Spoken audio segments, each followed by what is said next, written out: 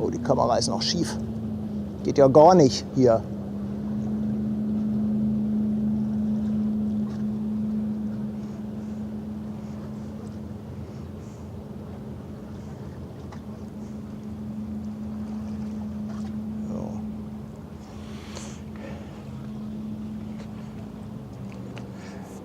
Moin, ihr Lieben. So, mal gucken, ob hier die... Ach, das kann ich ja gleich mittesten. Ich hatte letztens so ein bisschen Probleme hier mit der zweiten Kamera. Ne? Habe ich den Adapter ausgetauscht. Ja, moin, ihr Lieben. Es ist wieder Teststream-Zeit. Mein Testobjekt ist natürlich schon weg. Der Bulker da vorne war viel zu schnell. Schade. Aber irgendwas werden wir schon finden. Ja, was testen wir heute? In erster Linie das Bild von der Drohne. Ich habe ein bisschen gebastelt und hoffe, dass ich das Drohnenbild ein bisschen entschärfen konnte, dass das jetzt nicht mehr ganz so krass ist vom Kontrast her wie vorher. Das werden wir gleich mal testen. Außerdem habe ich ND-Filter endlich bekommen für die Drohne.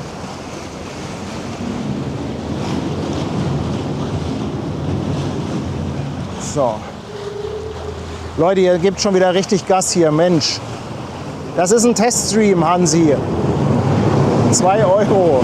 Und der Postbüdel auch seit 26 Monaten da. Mensch, Postbüdel, danke, danke. Ja, in erster Linie will ich das Thema Drohne testen. Gleich ein bisschen fliegen. Das ist ganz gut, dass Sonne ist. Wir haben nachher auf jeden Fall auch noch mal, glaube ich, die Costa Fabulosa und eine CMA CGM, die reinkommt. Da werde ich auf jeden Fall ein bisschen probieren können. Gleich gehe ich einfach mal so in die Luft. Ich glaube, mit den Wolken könnte man das ganz gut sehen, ob das funktioniert. Christian, auch seit 11 Monaten. Ja, außerdem teste ich im Hintergrund noch, ob ein weiterer Stream laufen kann. Der ist aber nicht öffentlich, da geht es nur darum, dass ich den Server ein bisschen quälen will, um zu sehen, ob das alles hält oder ob der rumspackt.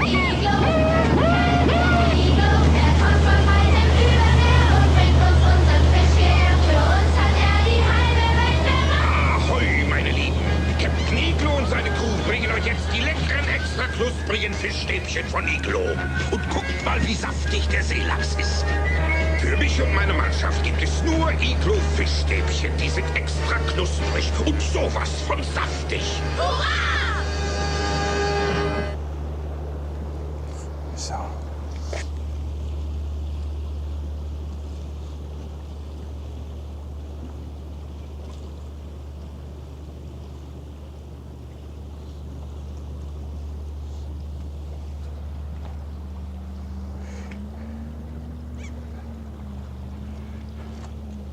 Also Captain Iglo läuft hoffentlich auch wieder.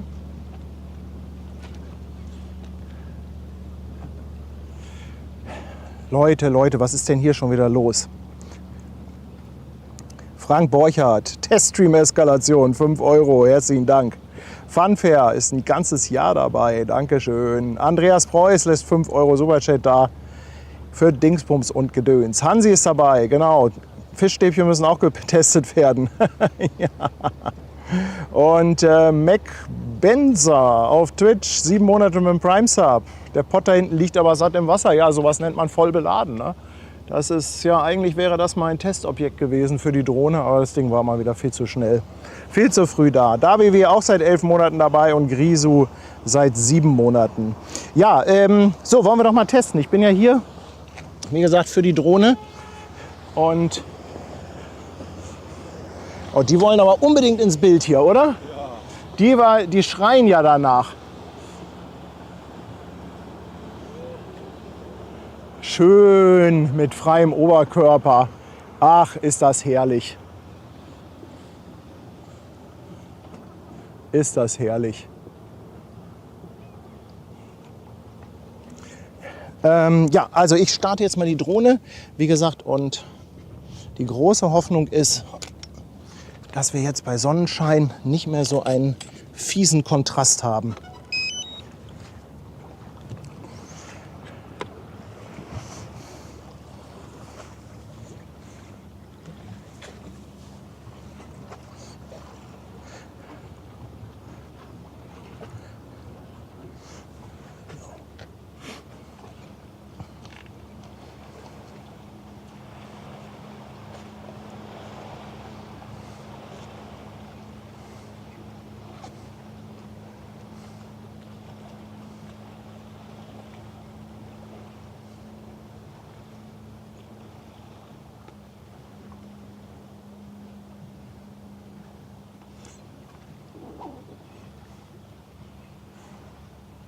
So, warum habe ich jetzt noch kein Bild von der Drohne?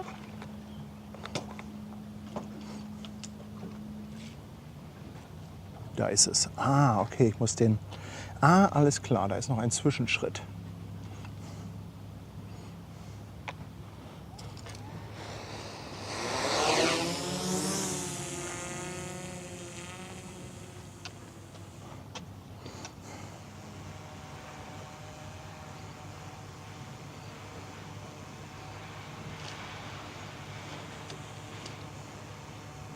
So, ich schalte mal um. Es kann sein, dass ich noch ein bisschen... So, kann sein, dass ich jetzt noch ein bisschen an der Helligkeit drehen muss.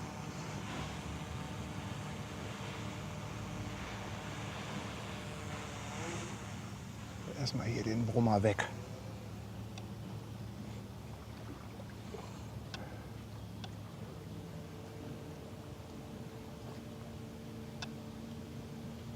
Oh, wir haben Ruckeln da drin. Kann das sein, dass das nicht mit 30, 60 Frames ankommt? Okay, das muss ich mir später angucken. Das ist aber egal. Das ist egal. So.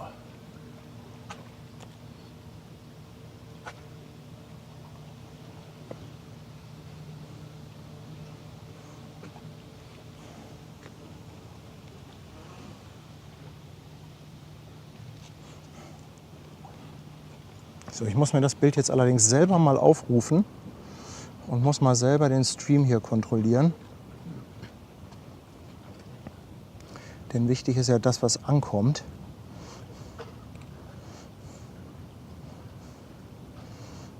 So, zum Kanal.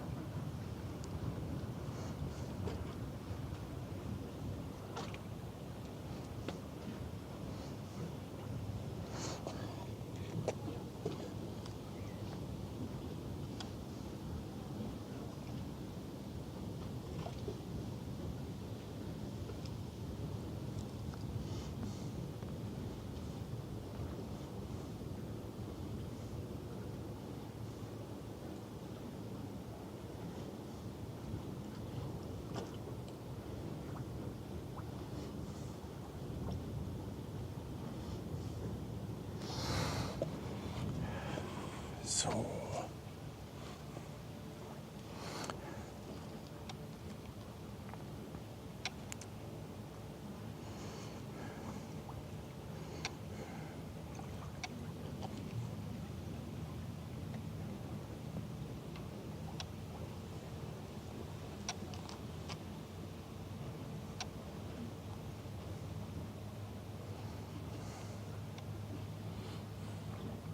So, aber das sieht doch schon mal ein bisschen besser aus als vorher, oder?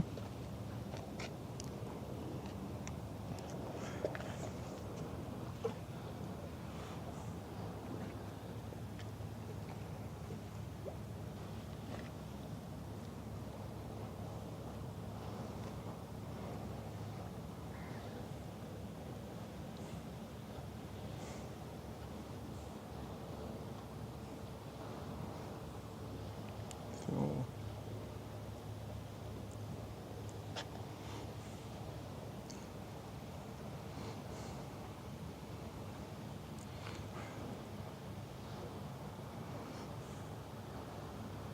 Aber es ruckelt. Okay, das ist aber eine andere Problematik. Ruth sagt, sieht unscharf aus. Ja, das ist ja furchtbar mit dem Ruckeln hier. Das ist ja ganz furchtbar. Moment mal. Wo kommt denn das her?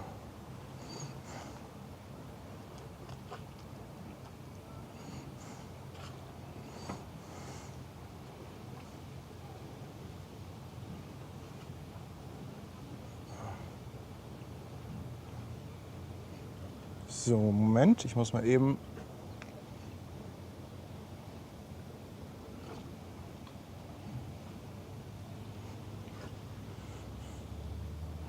So, mal gucken.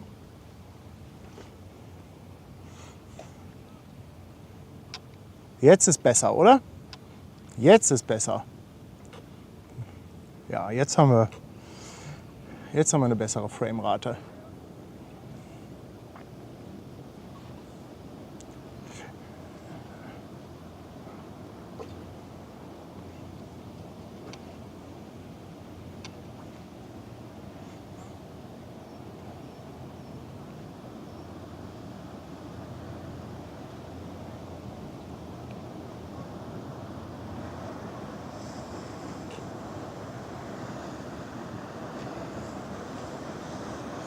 Ich muss noch ein bisschen mit der Belichtung gucken, denn die muss ich jetzt, warte mal, die muss ich wahrscheinlich jetzt manuell machen. Ich muss mal gerade gucken. Nee, geht automatisch. Okay, das ist super.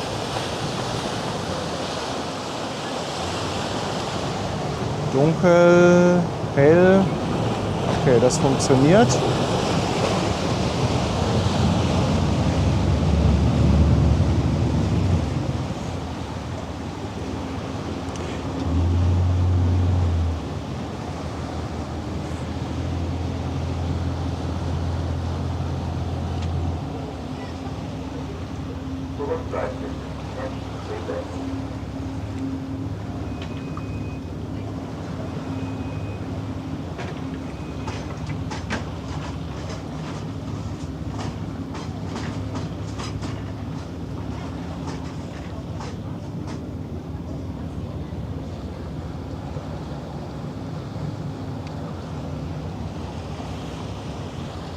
Jetzt wieder unscharf. Ja, das muss ich mal gucken, woran das liegt. Ich fürchte, das liegt daran, dass auf dem Bild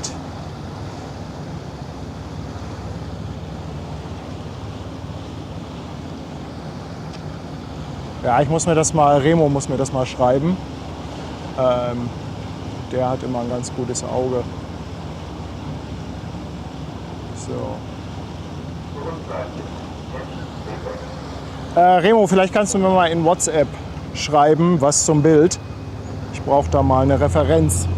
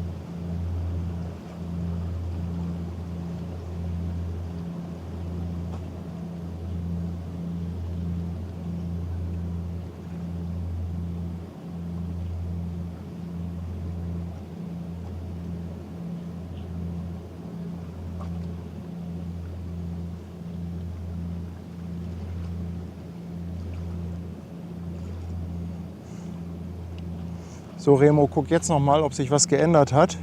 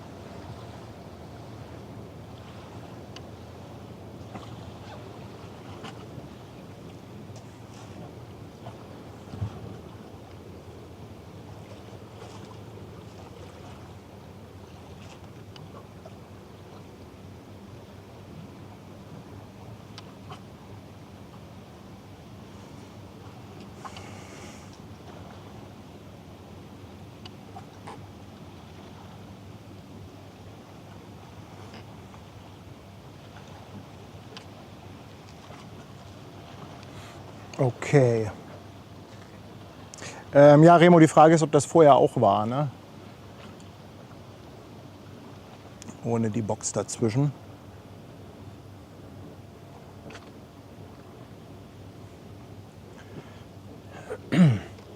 Okay, ihr Lieben, also wir sind hier so ein bisschen im Hintergrund am Testen. Ja, Mensch, vielen, vielen Dank. Ihr haut hier schon wieder ordentlich raus. Sollt ihr doch nicht in einem Teststream, Mensch, der Fahrstuhlminister, 100 Bits, herzlichen Dank. Dann Seren haut auch schon wieder einen 10er-Pack raus. Herzlichen Dank dafür. Dann, wo sind wir denn hier schon wieder? Svenny ist seit 23 Monaten dabei. Real DJ Tobi auf dem Fischmarkt wieder dabei. Mein Hund und ich jetzt auf Blankenese. Dankeschön. Andi der Sattelschlepper, 14 Monate, Hamburg meine Perle. Florian K., 22 Monate. Holger Schmeling, 7 Monate dabei. Und Grisou hatten wir, glaube ich, schon mit 7 Monaten. Danke, danke. Dann der Friedhelm, 16 Monate. Hessenblitz, auch 11 Monate dabei. Claudia T., 2,49 für den Teststream. Thorsten Brandeis, 13 Monate. Und Svenny haut 5 Mitgliedschaften raus. Herzlichen Dank dafür. Herzlichen Dank. So. Ja, das Problem ist, ich muss mir das Bild nachher zu Hause dann auch mal selber auf dem Monitor angucken.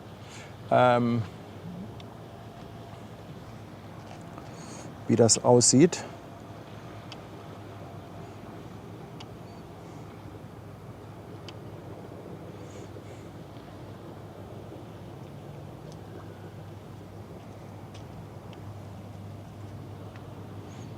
So.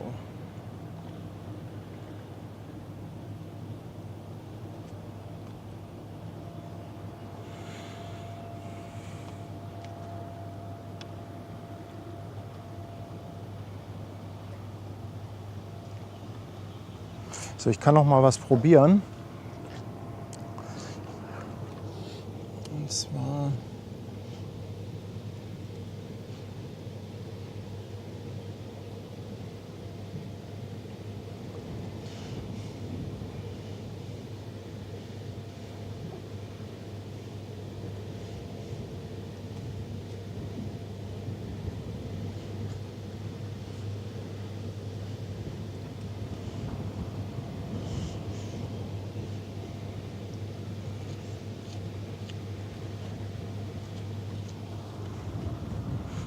so, ich lade noch mal andere Farbeinstellungen.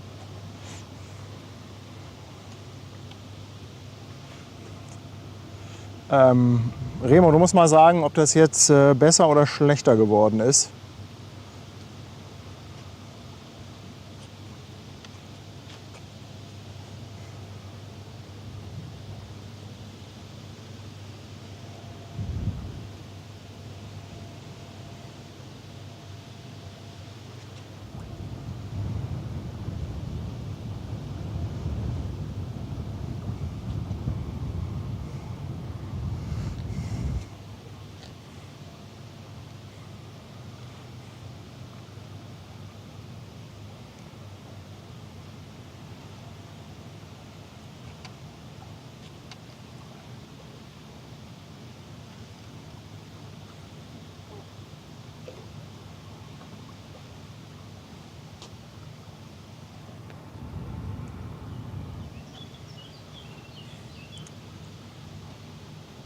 So, ich schalte mal um auch auf die Hauptkamera. Da ist, glaube ich, ein bisschen mehr Sättigung drin. Zur Drohne.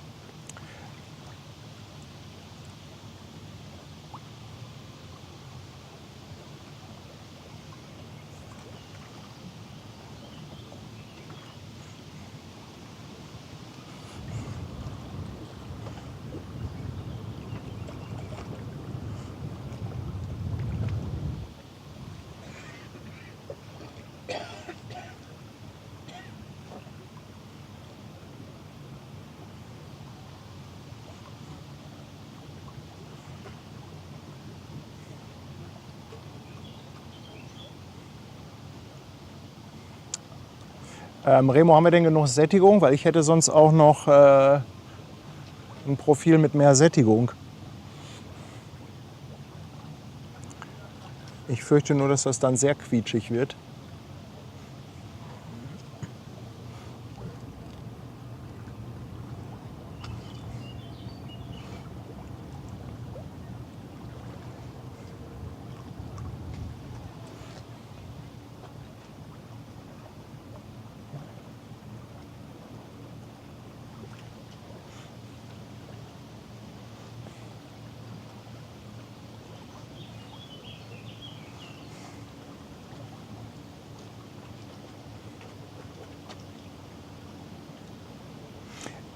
Ich lade mal das mit mehr Sättigung.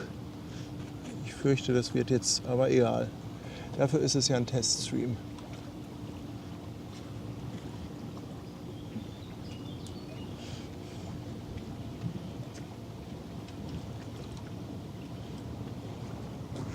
So. Da hast du mehr Sättigung.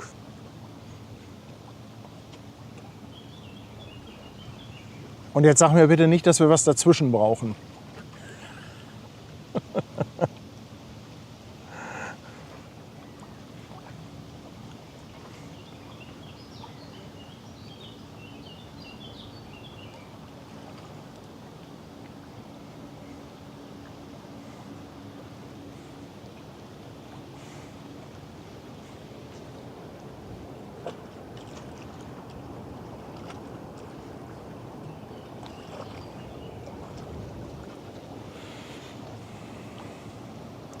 Also mein Gefühl sagt mir, dass das zu viel ist.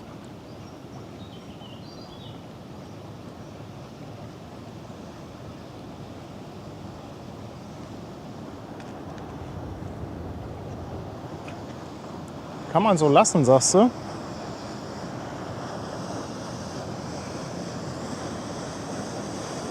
Hängt wahrscheinlich vom Licht auch ab.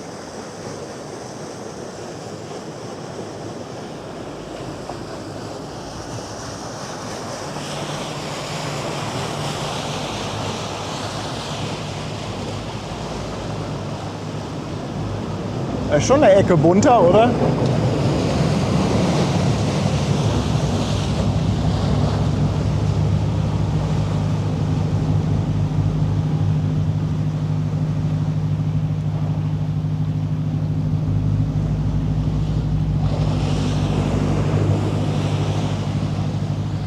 Wahrscheinlich ist das bei Sonnenuntergang dann etwas too much. Aber ist trotzdem besser als das, was wir sonst hatten mit dem ganz normalen Profil, oder?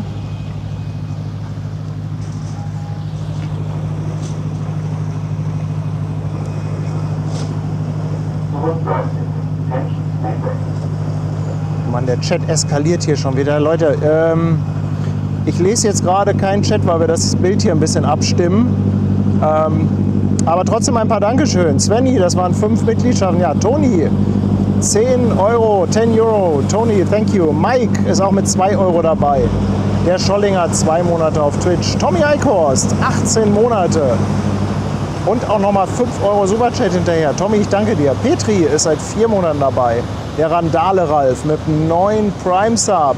Herzlichen Dank. Christian Dorn, 5 Euro Superchat. Juleni, 4 Monate, danke auch an dich. Drickes 71, 2 Monate Prime Sub, danke, danke. Der Ankerbengel sagt, eine Flasche Geduldswasser, ja, 2 Euro Superchat. Ja, man braucht dabei Geduld, also man muss sich da echt Ruhe lassen. Ne? Der Jörg schickt auch nochmal 2 Schweizer Franken, herzlichen Dank. Und der Andreas, der ist mit einem neuen Prime Sub dabei, danke. Ja, und ich sehe natürlich, dass ihr auch alle was dazu schreibt zu dem Bild. Das Problem ist, ich weiß immer nicht, was habt ihr für Bildschirme, wie sind die eingestellt und was habt ihr für ein Empfinden. Es gibt halt Leute, die mögen es kontrastreich, es gibt welche, die mögen es mit weniger Kontrast. Für einige kann es gar nicht bunt genug sein und ja, manche haben vielleicht auch ihren Monitor nicht richtig eingestellt. Von daher seid mir nicht böse, wenn ich nicht ganz so viel auf das achte, was ihr im Chat schreibt, denn dann würde ich jetzt verrückt werden wahrscheinlich. Na?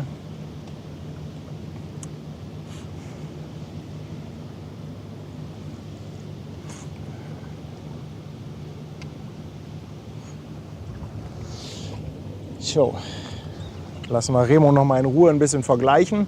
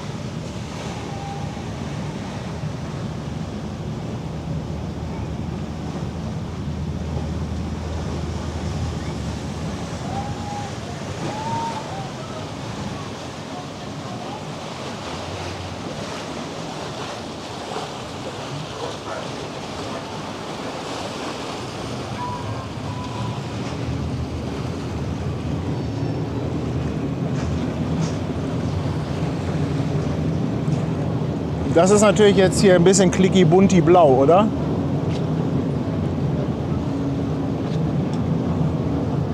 Der Himmel ist ja wie gemalt.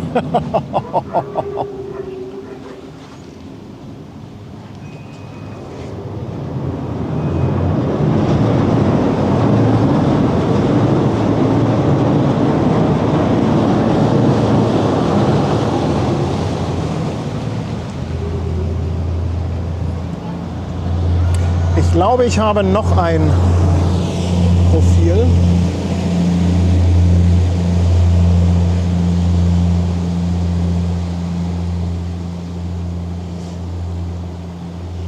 Das lade ich mal rein.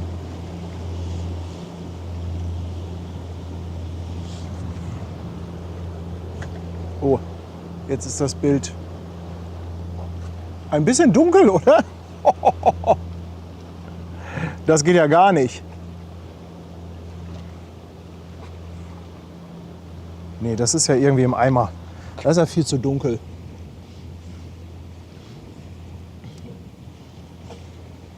Das geht ja gar nicht.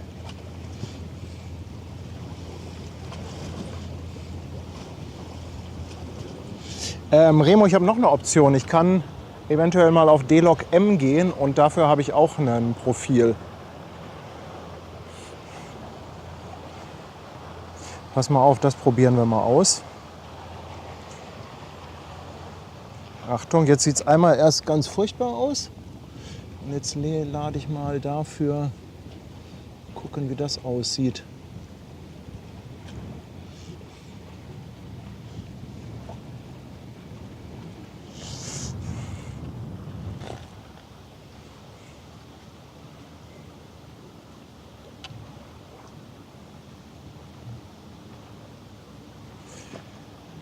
Was sagst du dazu, Remo? Das sieht mir vom Blau zumindest her besser aus.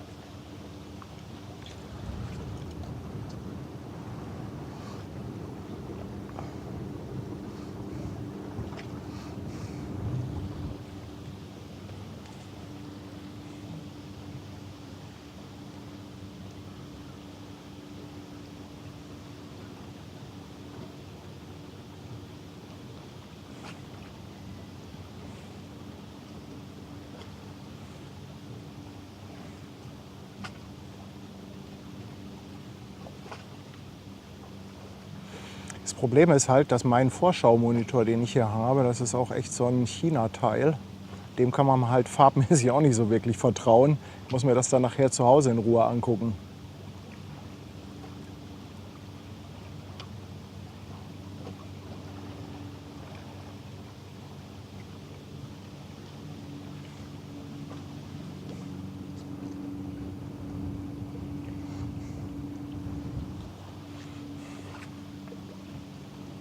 Ich bin auch gleich wieder bei euch im Chat. Also vom Kontrollmonitor würde ich fast sagen, dass das die beste Variante jetzt gerade ist, oder?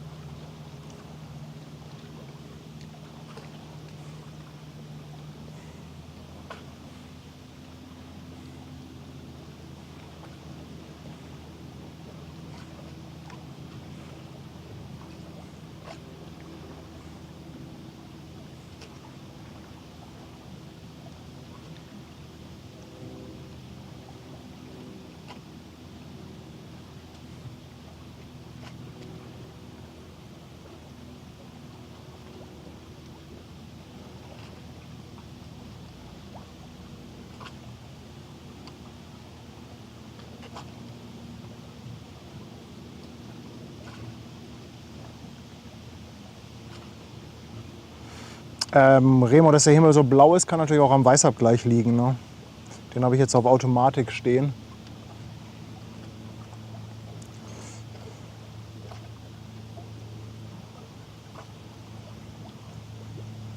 Kann ich natürlich auch mal hier ein bisschen manuell anpassen.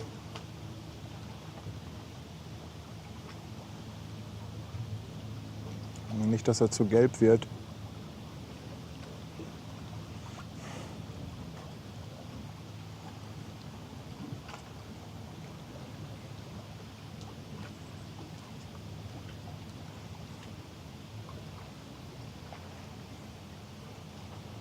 Die Tiefen saufen mehr ab. Ich habe das Gefühl, dass sie weniger absaufen, Remo.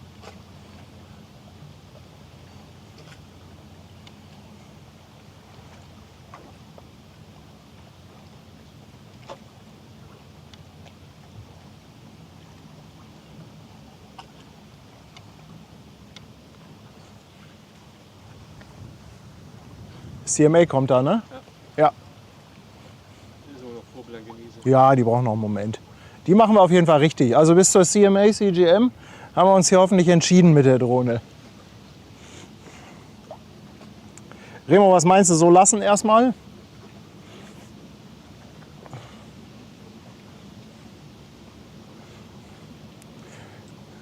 Ich würde sagen, wir lassen diese Einstellung jetzt mal und gucken uns das gleich mal an, wenn ein Schiff kommt. Na? Dann mit verschiedenen Containern drauf. Dann lande ich jetzt erstmal und kümmere mich mal wieder ein bisschen um unseren lieben Chat. Ja, ganz toll, dass ihr mitmacht, dass ihr Feedback gebt. Aber wie gesagt, ich habe euch das Problem eben einmal erklärt. Man weiß halt nie ganz genau, wer was wie eingestellt hat und wer was für ein Empfinden hat beim Thema Farben. Deshalb nicht böse sein, wenn ich das erstmal ein bisschen ignoriere.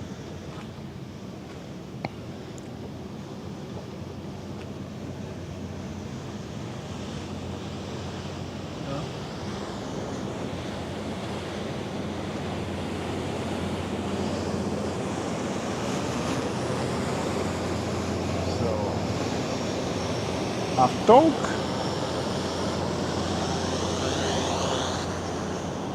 So.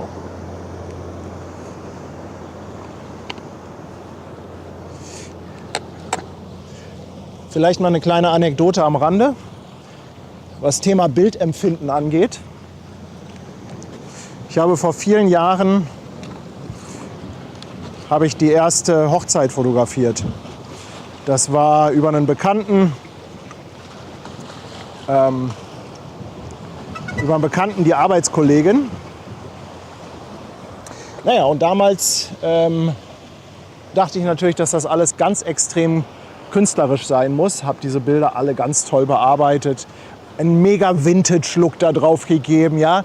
Also alles so richtig schön. Hatte also, ja, ich sag mal, also positiv ausgedruckt, einen schönen Vintage-Look hatten die Bilder, ja. Sie hatten vor allem so meine eigene persönliche Note. Und dann habe ich diese Bilder abgegeben und das Brautpaar war auch weitestgehend, die waren auch zufrieden, die kannten ja meine Bilder, die wussten ja ungefähr, wie ich das Ganze so bearbeite. Und da kriegt Schwiegermutter die Bilder in die Hände. Und der einzige Kommentar, der von ihr kam, das ist ja alles gelbstichig. Fotografenehre zutiefst verletzt. Die hat doch keine Ahnung, das ist Kunst, das ist mein Bildstil. Nein, das ist gelbstichig. Ja, es war aber eine Lektion für Bildempfinden. Ja? Die hatte halt erwartet, dass die Bilder jetzt möglichst so sind, wie sie das gesehen hat. Dass sie da halt irgendwo dass sie eine möglichst natürliche Farbwiedergabe da hat. Und der Paddy, der war natürlich der Meinung, dass er da die große Kunst draus machen muss. Ne? Dass die Bilder halt, dass sie im Prinzip aussehen wie aus so einem alten Film. Ja. Mann, oh Mann, ey. Ja, heute kann ich drüber lachen, weil ich mich da natürlich mal viel mit dieser Thematik beschäftigt habe. Aber ja, so ist es halt, ne? So ist das halt mit Empfinden von Bildern und das ist halt so lustig. Du kannst ein Bild 10 Leuten geben und du kriegst 15 Meinungen. Ja. Das ist also wirklich sehr, sehr interessant. Das siehst du auch schon an den Handybildern. Ja, auch Handybilder, ne? Das ist, ja. Die meisten reicht das. So, jetzt muss ich hier noch mal gucken. Juleni hatten wir 4 Monate. Der Tommy lässt noch mal 5 Euro Testüberweisung da. Dankeschön. Drickes 71, 2 Monate Prime Sub. Herzlichen Dank. Der Ankerbengel, eine Flasche Geduldwasser. Och ja, Geduld habe ich. Geduld habe ich. Der Jürg, ach, hatte ich euch nicht eben schon? Egal, komm, egal. 2 Schweizer Franken. Andreas und Sashi, danke für euer Prime Sub. Seren haut noch mal eine 10er Subbombe raus. Herzlichen Dank. Und Annette spendiert das Spaghetti-Eis auf den Teststream. Herzlichen Dank dafür. Nilsi, 2 Euro Superchat. Danke auch an dich, Nilsi. Und Christian Hering haut auch noch mal 2 Euro raus für die Kiezmische nach dem Teststream. Herzlichen Dank dafür. Norman Moore, 14 Monate auch schon dabei und er sagt, ja, bitte eine neue 360-Grad-Kamera.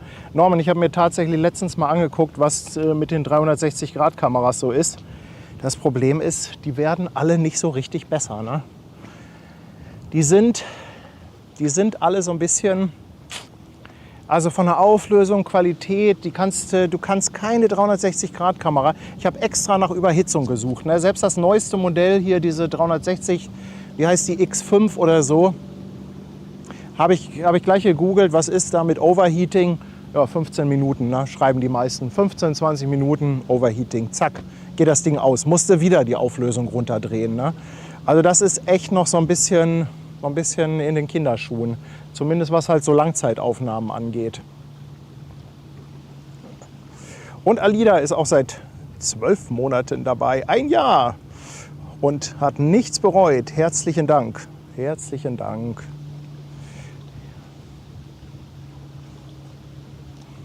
Ja, aber ich glaube, wir haben auf jeden Fall schon mal einen Fortschritt gemacht mit der Drohne. Also das Problem ist halt, Kontrast kann ich nach wie vor nicht einstellen. Ich bin jetzt also den Weg gegangen, dass ich eine sogenannte LUT-Box gekauft habe.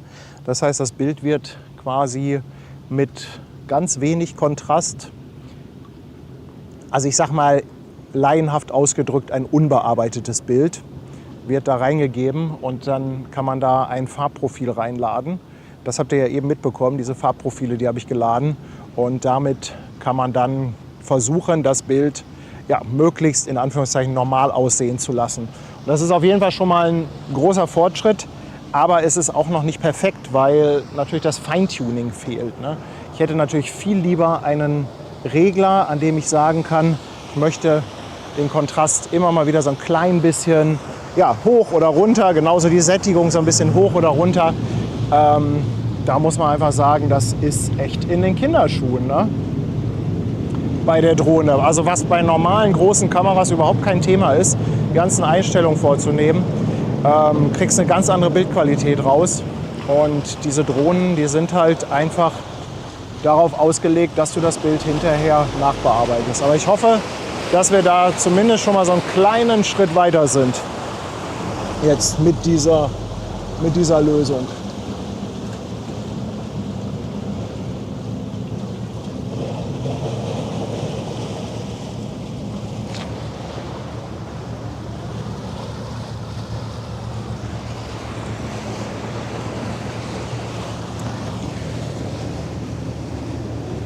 So, dann kann ich ja schon mal den Akku wechseln. Dann gucken wir uns das gleich mal an, wenn hier so ein richtiger Dampfer kommt.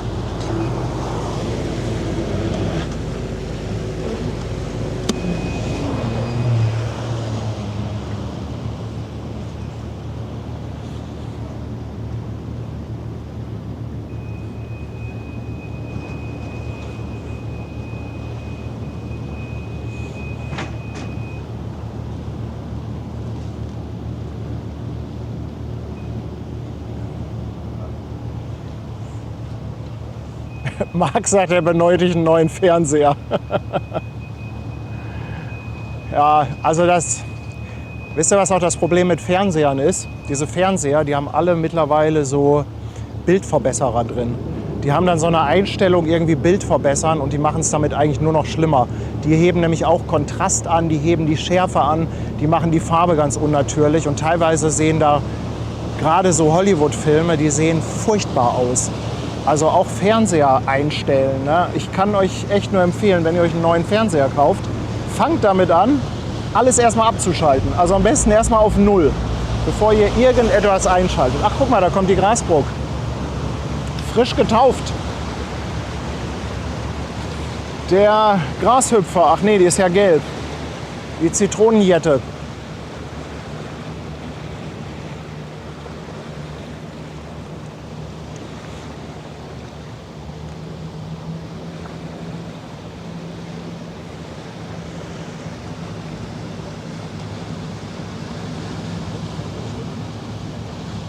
Bitte?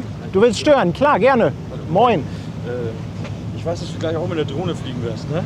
Ja. Bewegst du dich hier so oder kann ich da hinten ohne Probleme starten? Also wenn du, sag ich mal, auf der Seite vom Anleger bist, ist das überhaupt kein Thema. Ich stell mich da oben hin und Ja, ja. starten oder Ich bin eigentlich meistens hier. Also ich fliege immer meistens so direkt über der Polizei. Da kannst du dich dran orientieren. Alles klar. Danke.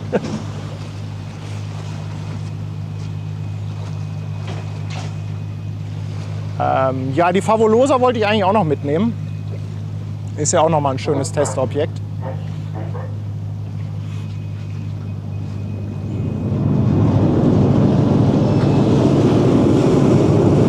Sven, 18 Monate, Kontrast hoch, Realität runter. Ja, es ist halt, ne, und viele mögen das natürlich auch mit viel Kontrast. Also das ist ganz, ganz schwer. Also Bild richtig einstellen, das ist so eine Wissenschaft für sich.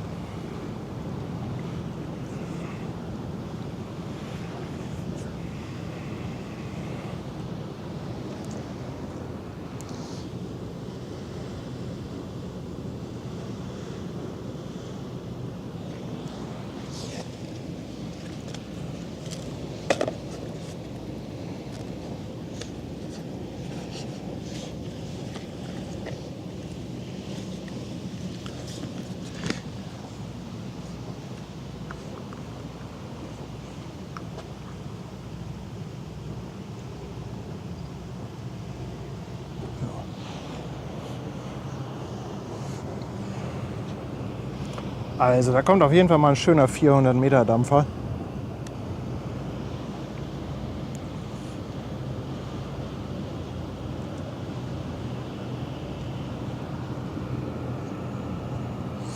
Ja, beim Gegenlicht hast du wenigstens nicht das Problem mit den Farben.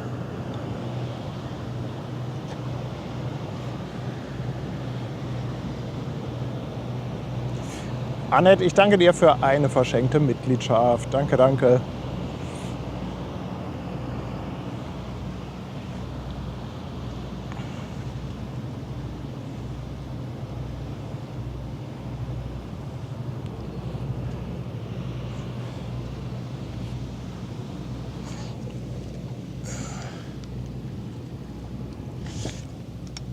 So.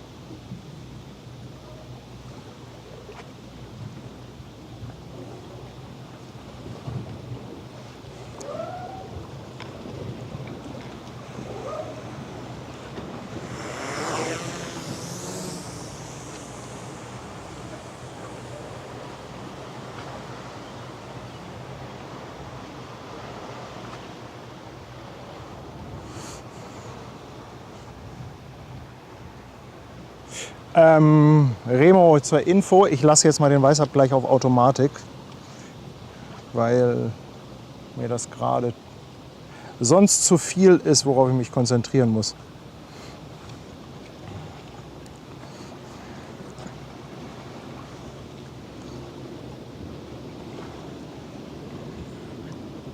Friedhelm, ich danke dir vielmals. Eine verschenkte Mitgliedschaft.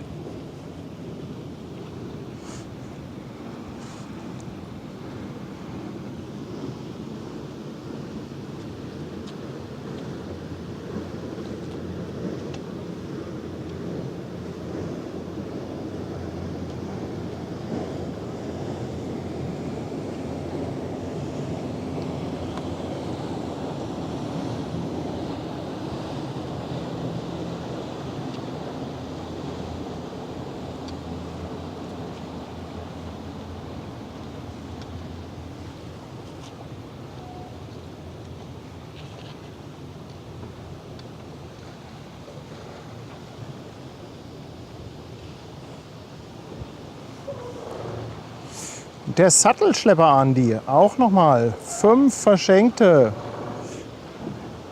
Ganz lieben Dank, mein Lieber.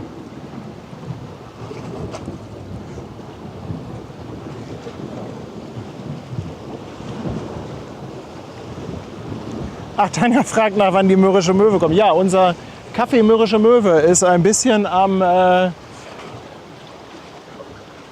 Anschlag. Also unser Lager ist fast leer. Aber das Gute ist, der Nachschub kommt mit der MSC, irgendwas mit E kommt da.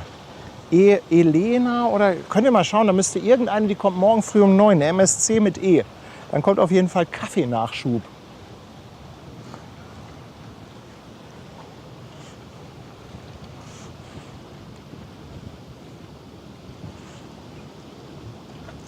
MSC-süchtig, sagt, der Ton ist immer mal wieder weg. Bei allen? Ist das bei allen?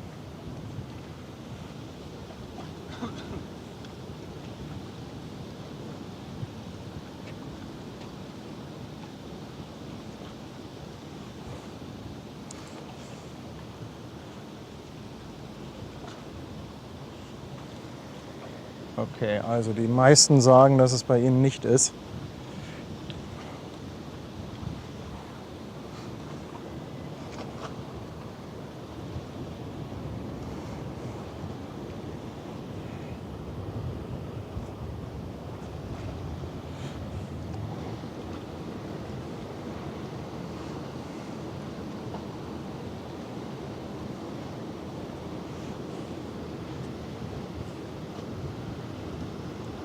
Alles okay. Ja, danke, danke, danke, danke. Reicht, reicht. Danke.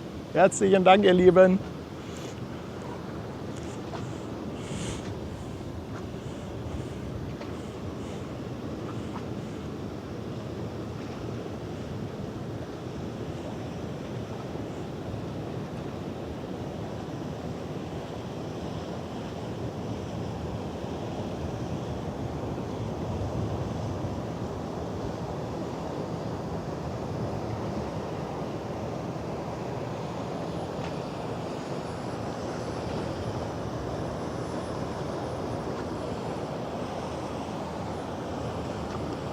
MSC Elmar, ja, danke, danke, danke.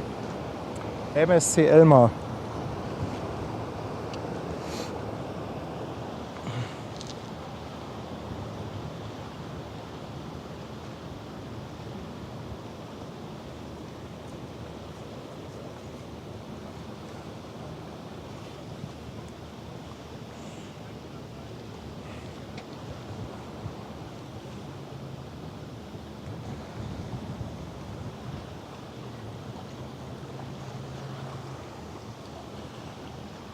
Oh, was für ein Gegenlicht.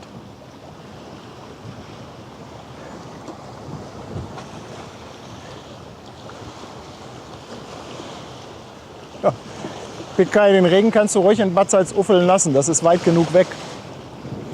Wollte ich hier jetzt nicht so gerne haben.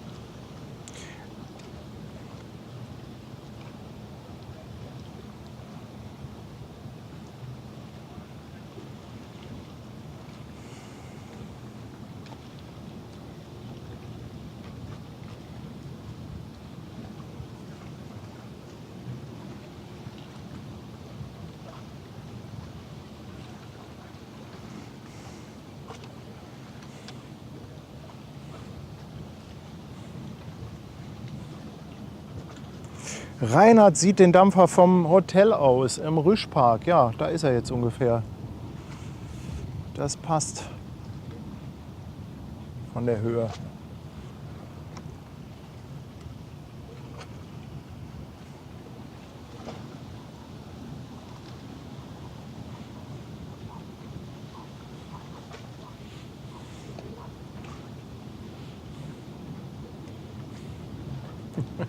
Ja, das Schiff ist grün, das seht ihr gleich. Leute, das ist so heftiges Gegenlicht gerade. Also, das müsste ich jetzt so aufziehen, das Bild. Guckt euch das mal an hier, was wir da für ein Gegenlicht haben. Es wird gleich besser, wenn sie hier auf unserer Höhe ist.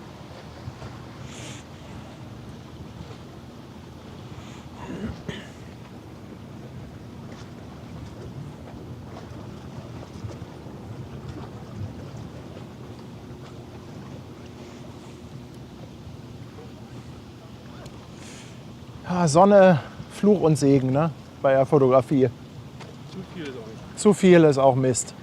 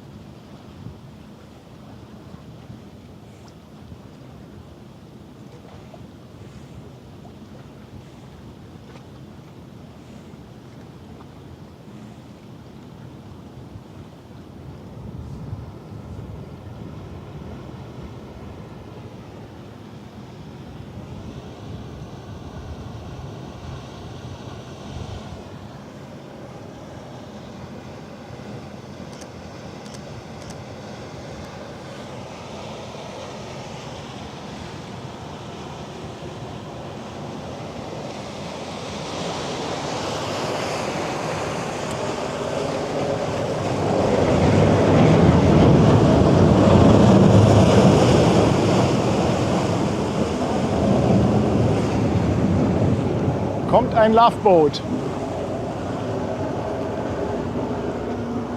Mo, ich danke dir für 14 Monate. Wenn man den Schleppdraht so in der Frontalen sieht, sollte man nicht meinen, dass das Seilchen das so hält. Ja, das ist in der Tat so. Von den Proportionen her ist das echt so krass. Aber das hält, das hält.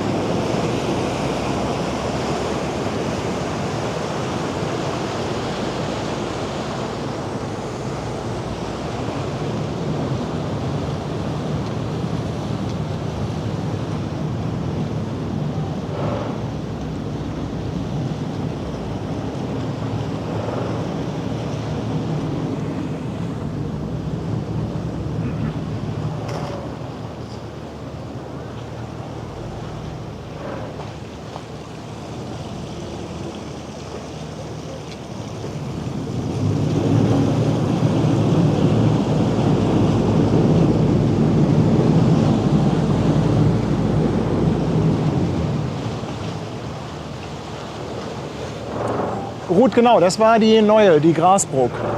Die scheint auch ein bisschen auf Testfahrt zu sein. Zumindest war sie leer. Die CMA CGM ist auch schon wieder zu früh dran. Die sollte auch erst um 20:30 Uhr fest sein. Naja, okay, bis die fest ist.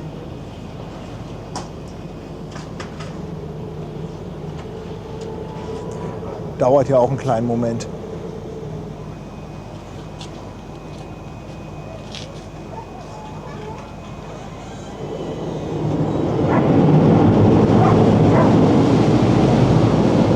Doggy auf der Fähre.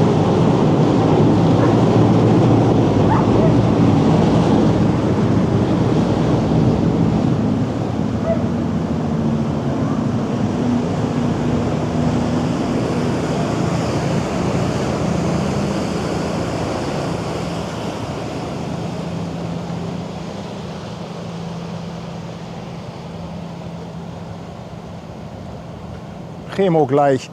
Remo, warte, bis der Dampfer an uns vorbei ist.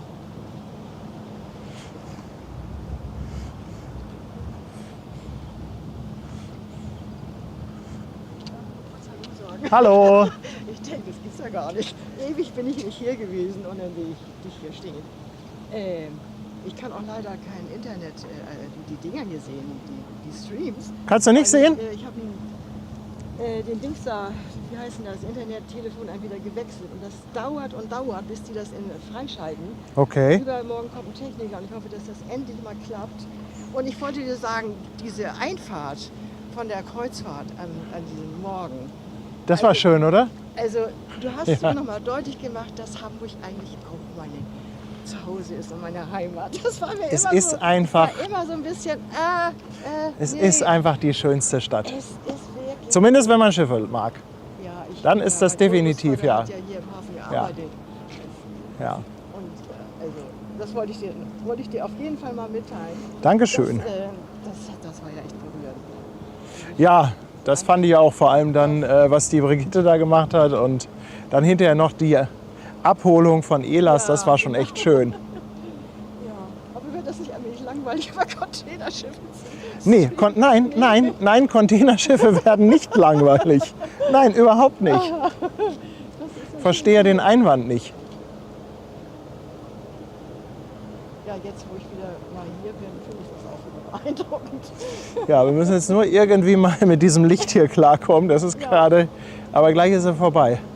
Dann können wir auch wieder was erkennen. Ja, ich warte nicht so viel. Ja, schön.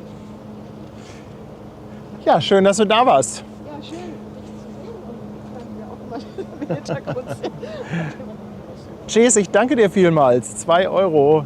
Danke, danke.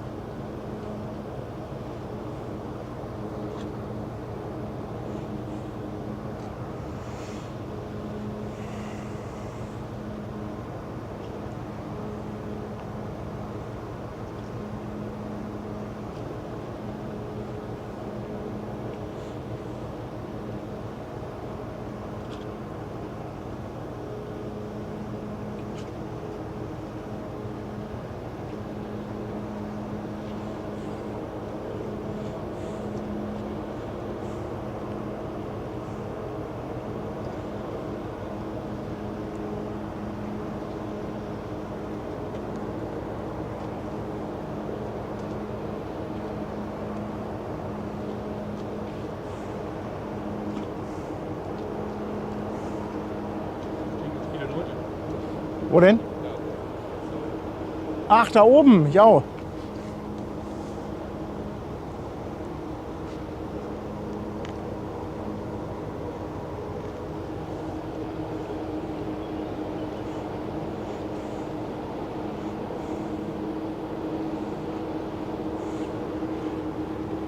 Stimmt ja ziemlich.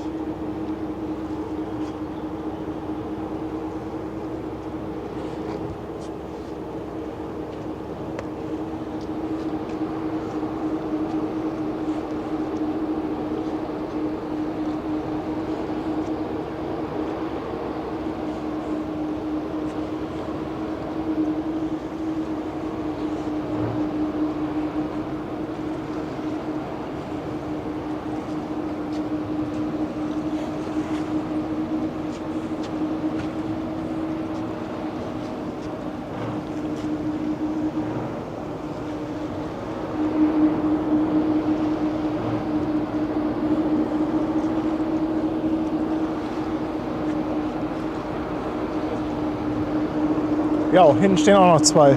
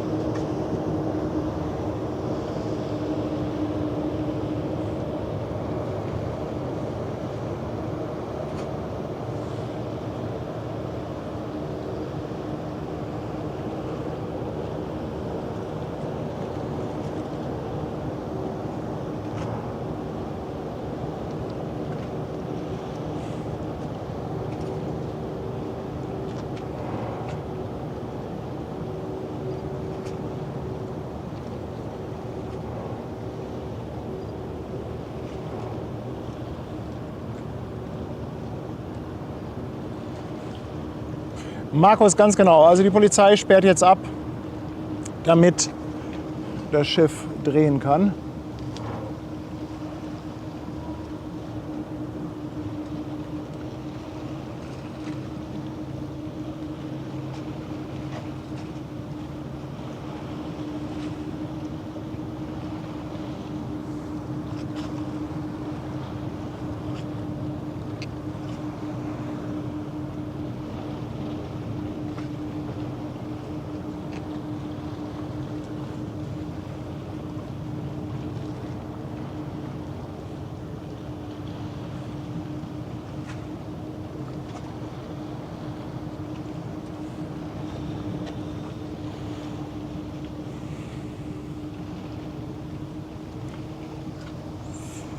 CMA, CGM, Champs-Élysées.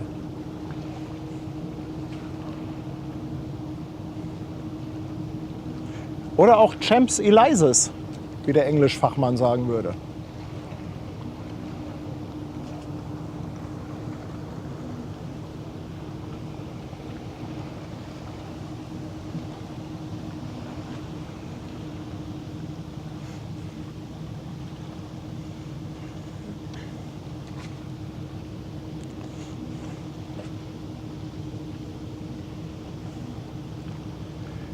Ob die Sicht hier besser wird, wenn der Wendeplatz größer wird, das weiß ich noch nicht. Ich habe ja keine Ahnung, was die genau machen. Also vielleicht wird sogar hier der Anleger Bubendeiufer verlegt. Also vorstellbar ist das alles. Genau sagen kann ich es euch nicht.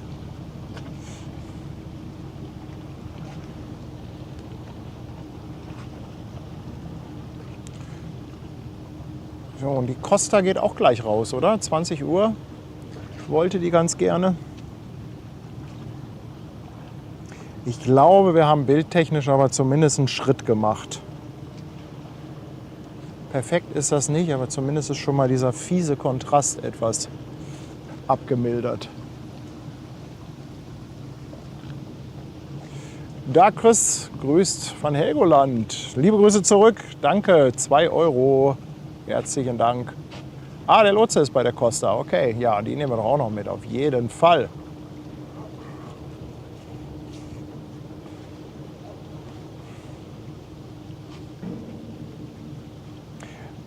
Also in Steinwerder kann man die Costa schon gut beobachten.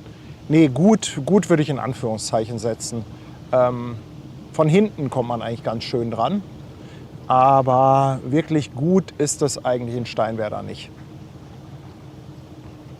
Also wenn man die Costa wirklich sich schön angucken will, dann lieber gegenüber beim Dockland, wenn sie da rausfährt.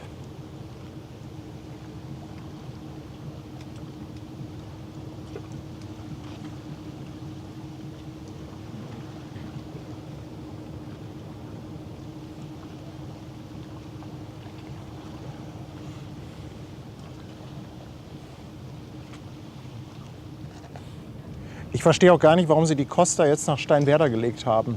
Weil Costa ist ja eine Reederei, die wahrscheinlich hier nicht ein- und aussteigen. Oder doch, oder ist die Fabulosa, ist das hier Start- und Endhafen? Dann macht das Sinn. Aber wenn das ein Durchgangshafen ist, dann ist es ja viel schöner, wenn die in Altona oder Hafen City liegen. Kann natürlich auch sein, dass Costa doch mit der einen Kreuzfahrt, doch kann sein, dass die hier startet und endet. Virtual ist auch wieder da. Ich danke dir für die 5 Euro. Schön, dass du dabei bist.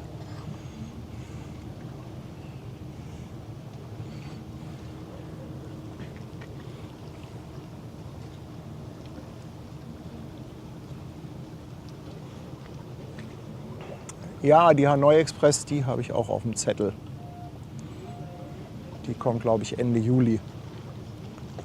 Ah, Ruth, danke dir. Doch Start- und Endhafen. Ja, dann passt das natürlich. Zum Ein- und Auschecken ist Steinwerder super. Aber für Gäste, die hier einen Zwischenstopp haben und dann ein bisschen was von Hamburg sehen wollen, ist Steinwerder echt Käse.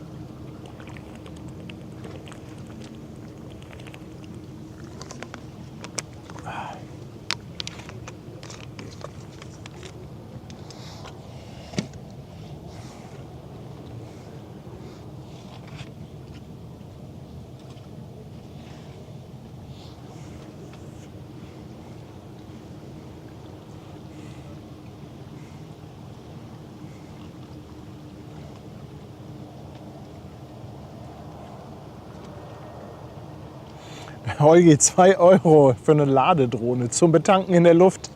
Ja, das wäre noch was, oder? Aber eigentlich komme ich mit den Akkus ganz gut zurecht.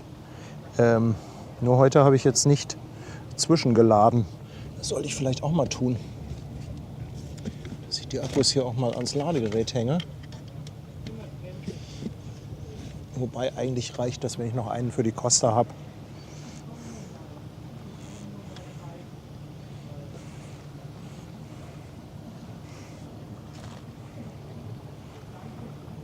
One Hammersmith ist noch unterwegs. Ja, aber soll die nicht erst irgendwie um 22 Uhr hier sein?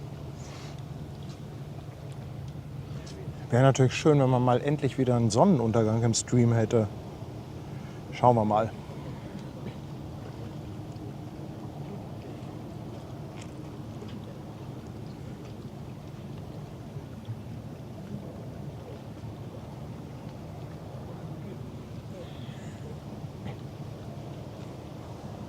Remo, ich danke dir vielmals. Danke für dein Feedback und tschüss.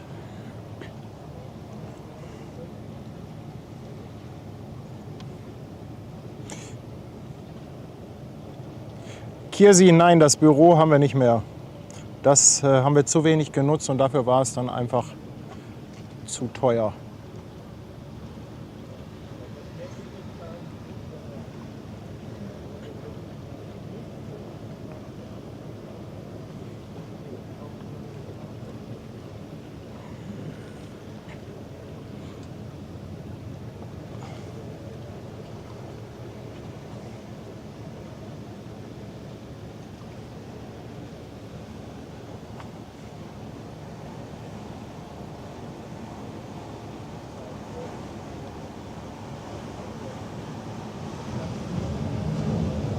Das sieht doch geil aus, oder? Wenn die da jetzt so gedreht wird. Boah, was für ein Bild. Wahnsinn.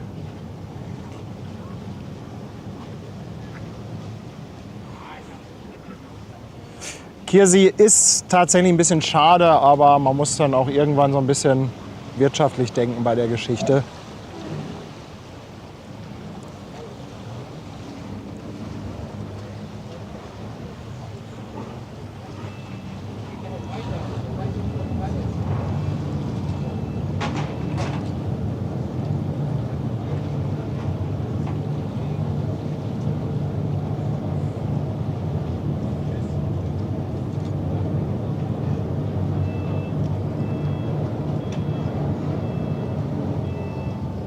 Was für ein Brocken. Ich meine, schon zigfach gesehen, aber immer wieder völlig faszinierend.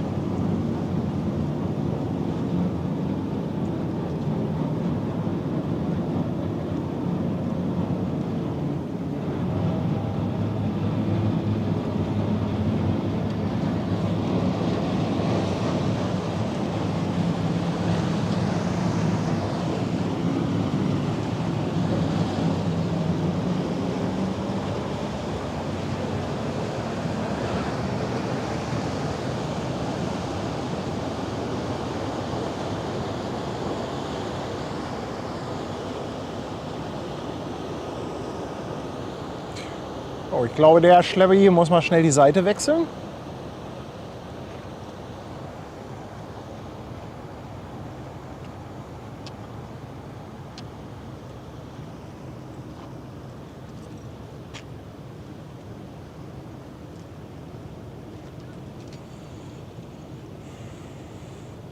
Game Planet, Dankeschön. Aber es ist halt auch so, es lässt sich am besten am lebenden Objekt testen.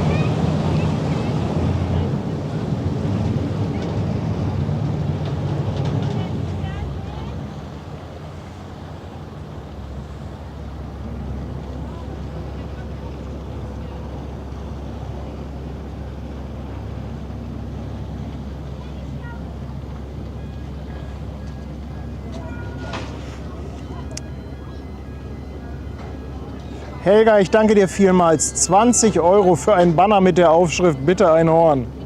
Ja, das wäre noch was. Die ersten Flaggen sind heute gekommen, aber erst nur die eine Farbe. Wir warten jetzt noch auf die gelben. Hey Sondertransport, moin mein Lieber, danke für deinen Prime Sub. Vielen, vielen Dank dafür, Digga.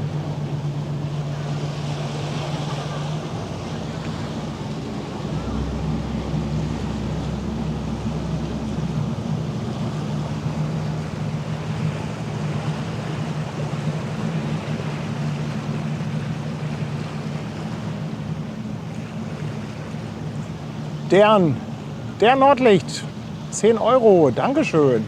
Kein Teststream, Bilder in Vollendung, super. Ach, das ist lieb, das ist lieb.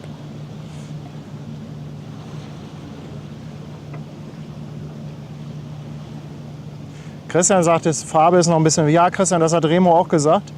Aber das Problem ist, dass wir das nicht so ganz granular steuern können. Wahrscheinlich ist das hier bildmäßig mit der Drohne noch der beste Kompromiss. Also auf jeden Fall besser als das, was wir vorher hatten. Das war ja eine Katastrophe. Hessenblitz bezahlt das Astra Rotlicht. Dankeschön, danke mein Lieber.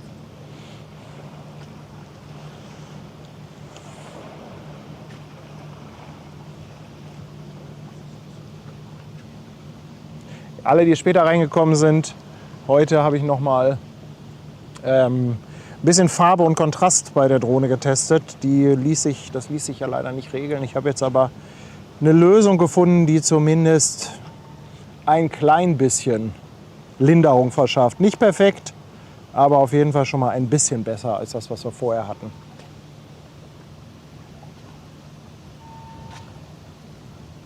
Oh, ich mag ja das Bild mit der Elbphilharmonie im Hintergrund. Das mag ich ja immer total gerne.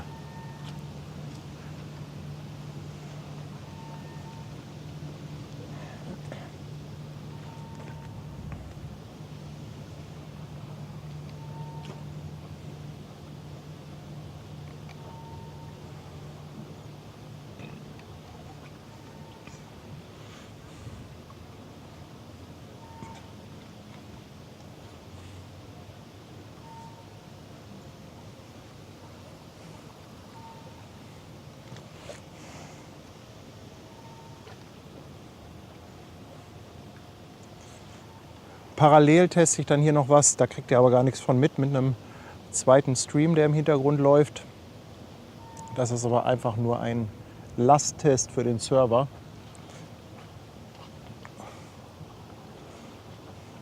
Nichts, was man jetzt angucken könnte.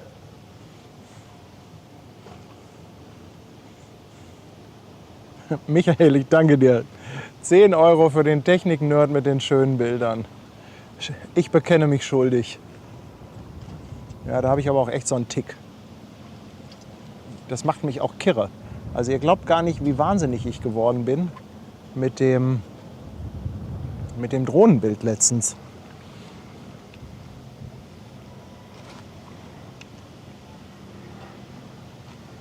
Und glaubt man nicht, dass die das bei DJI einsehen.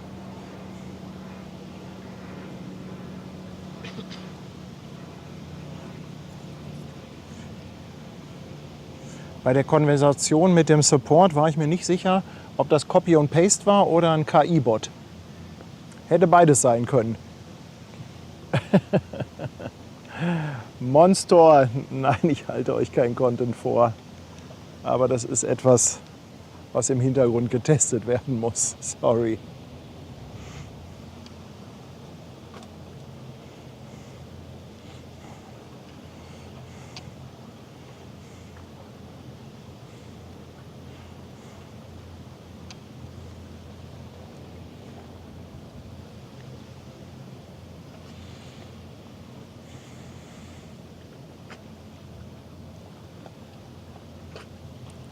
Aber es ist auch so, bei diesen ganzen Farbeinstellungen, man muss sich da auch Zeit nehmen. Das ist jetzt heute so ein Setting. Wahrscheinlich ist das auch noch nicht der Weisheit letzter Schluss. Also wahrscheinlich werde ich da auch noch mal so ein bisschen nachregeln müssen. Aber ist schon okay. Sven, ich kann es dir nur empfehlen, eine Reise auf dem Frachter zu machen. Das ist einfach geil. Schwupps. Da ist der Bug weg. Und da kommt das Heck.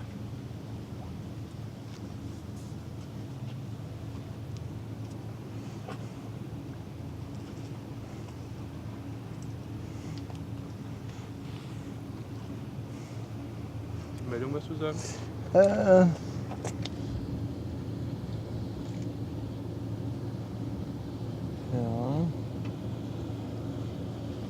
Hey, was ist denn das? Ach so, ach da unten. Ach, das war das Ladegerät für die Drohne. Ich habe natürlich den... ich Idiot, ey. Falsch rum reingestöpselt. Ich habe die Akkus ans Laptop gehangen, statt die andere Seite in die Powerstation. Oh, ey. Der Trottel. Genau, Laptop irgendwann leer. Akkus nicht voll. Meine Akkus sind ja doch leer. Ja.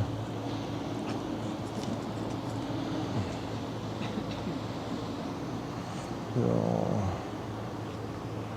Jetzt lädt er aber.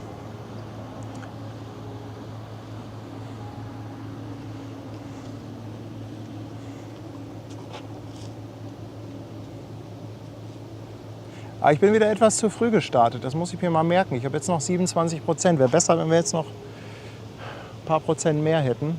Ich muss etwas später starten mit der Drohne mit einer Akkuladung.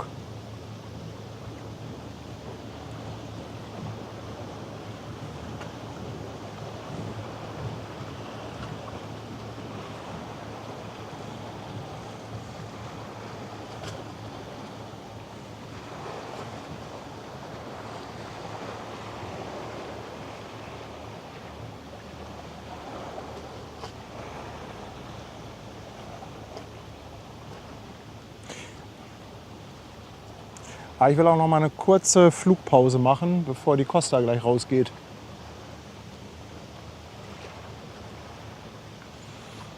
Bernd, ich danke dir 5 € für klasse Bilder und beste Unterhaltung. Danke, danke.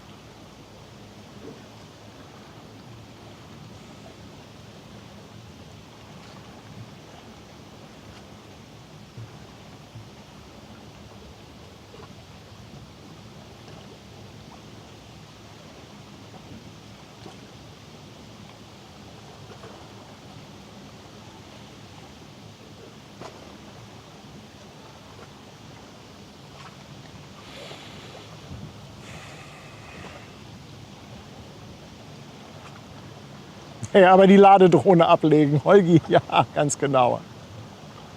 Ja, ach Mensch.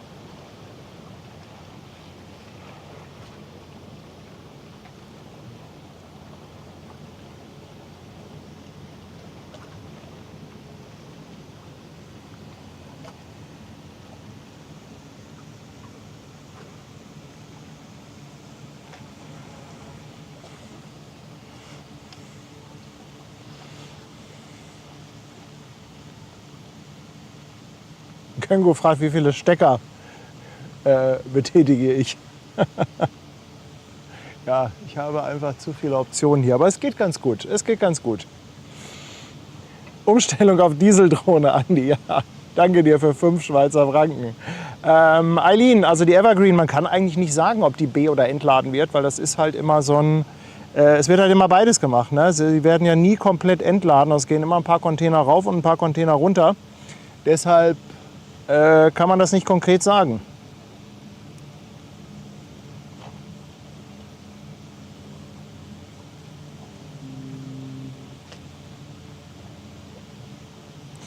So, jetzt muss ich aber mal kurz landen, bevor hier eine Fähre kommt und das dann mit dem Akku zu knapp wird.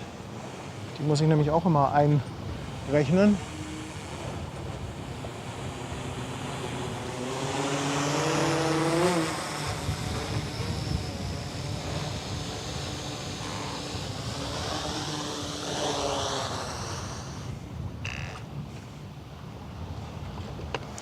So, jetzt erstmal ein kurzes Flugpäuschen.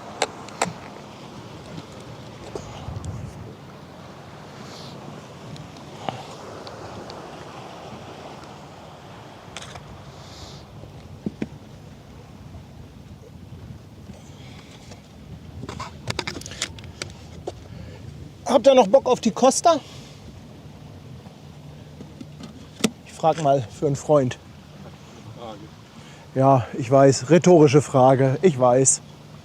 MG möchte die Landung auch mal sehen. Ja, ich kann ja nachher mal, kann ich ja hier mal drauf gehen. Wenn euch das interessiert.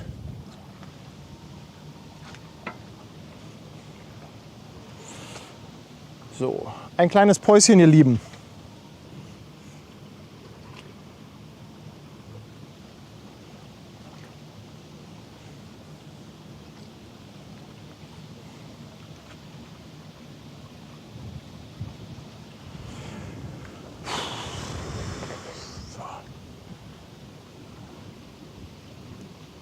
Die Costa hat natürlich die deutlich schöneren Zeiten, ne? Also ich finde ja AIDA mit den 17 Uhr, das ist für die Streamerei nicht schön.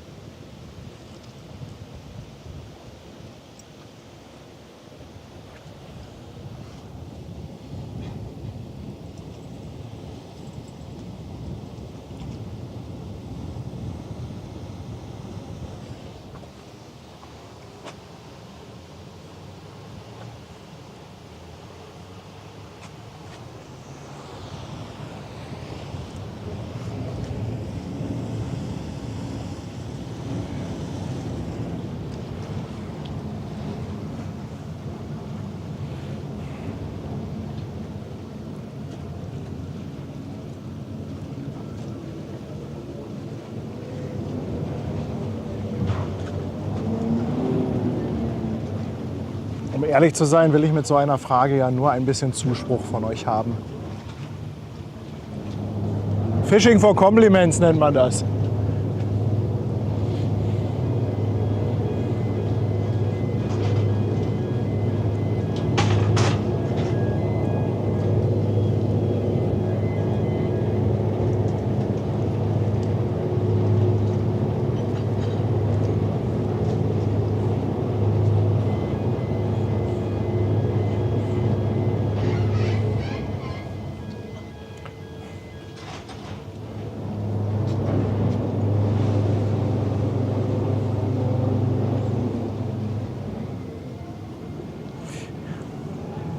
Ja, was ich hier nebenbei teste übrigens mit dem zweiten Stream, ich bin ja immer am Überlegen, ob ich nicht so ein Behind the Streams laufen lasse.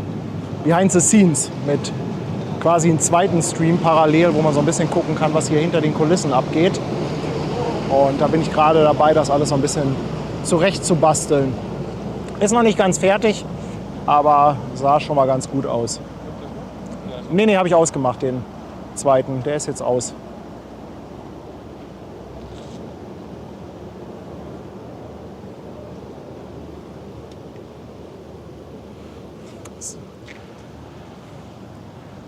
Skyframe, ich danke dir vielmals für deinen Sub. Willkommen an Bord.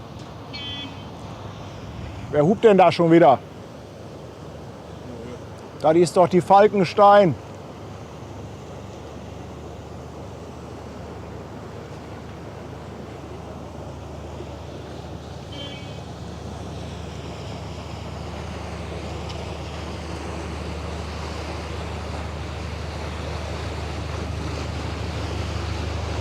Ach, der hat mit seinem Hupen gefragt, ob hier einer ein- oder aussteigen will.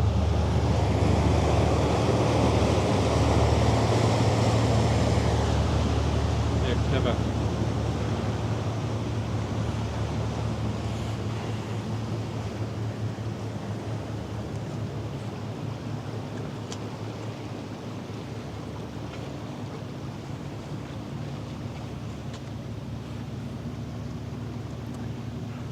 Das war kein Gruß, das war eine Frage.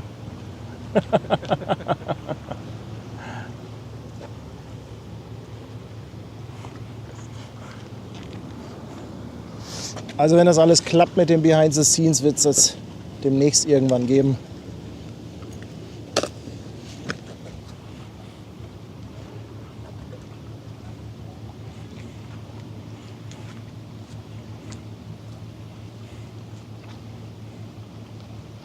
Game Planet fragt nach einem Hamburg Hafen Live Drogentest. Ja.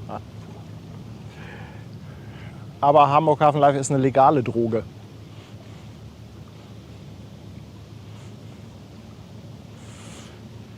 Susanne, das Thema 24-Stunden-Stream, das habe ich erstmal wieder ganz tief in die Schublade gepackt. Ganz einfach deshalb, weil es macht einfach keinen Sinn im Hafen. Du hast so viel Leerlauf. Das könnte man an einem Flughafen machen, der rund um die Uhr besetzt ist. Aber im Hafen ist das doch schwierig. Genau, zweimal hupen. Brudi, willst du mit? Ja.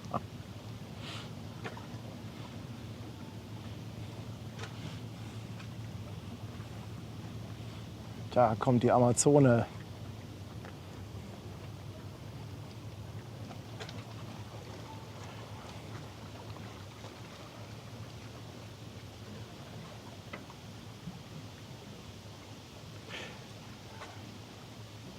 Also ich weiß, einigen von euch kann das ja immer gar nicht lange genug gehen beim Stream. Aber ich mag das immer ganz gerne, wenn Streams so ein bisschen Programm haben. Also wenn die so einen Anfang haben, 2, 3, 4 Schiffchen als Höhepunkt und dann irgendwann auch so ein Ende. Das finde ich immer ganz gut. Das ist halt auch für die, die es nachschauen, dann ganz schön.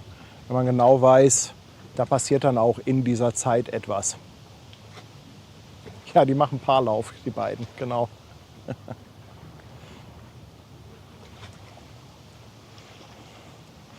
Manu, Frühstücksfernsehen wird es auch wieder mal geben.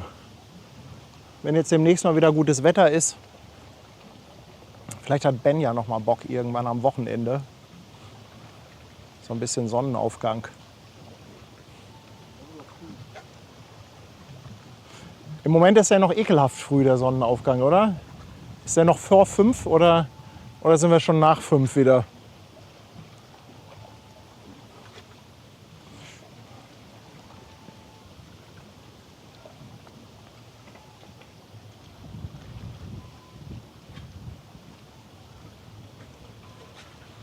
Annette Wasner weiß, was ich gerne mag. Sie spendiert noch ein Spaghetti-Eis. Dankeschön, danke.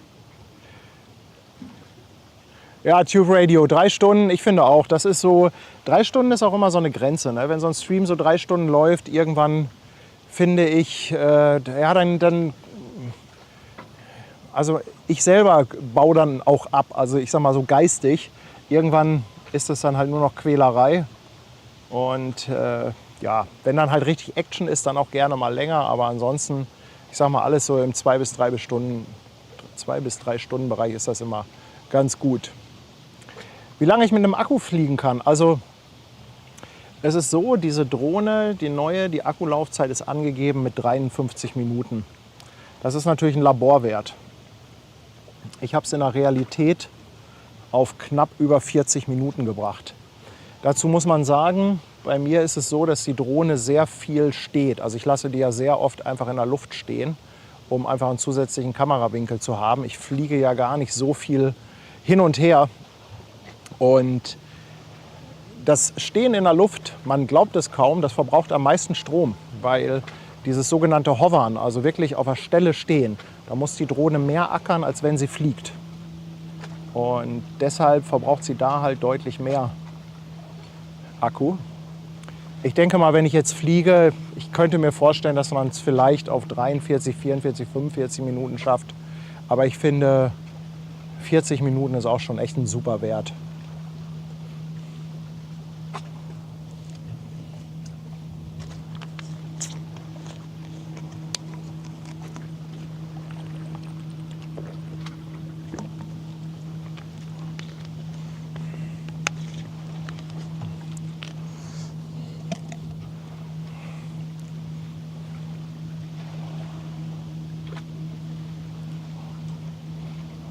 Schön die Sonne da hinten aussieht.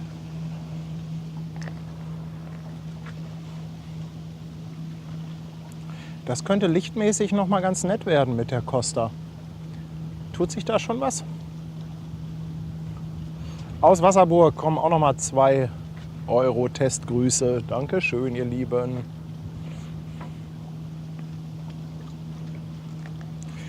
Und die Tage wollen wir auch wieder einen Walk machen. Wir wissen noch nicht genau an welchem Tag, aber vielleicht sogar diese Woche. Irgendwann abends. Wir müssen so ein bisschen gucken, wie es mit dem Wetter ist.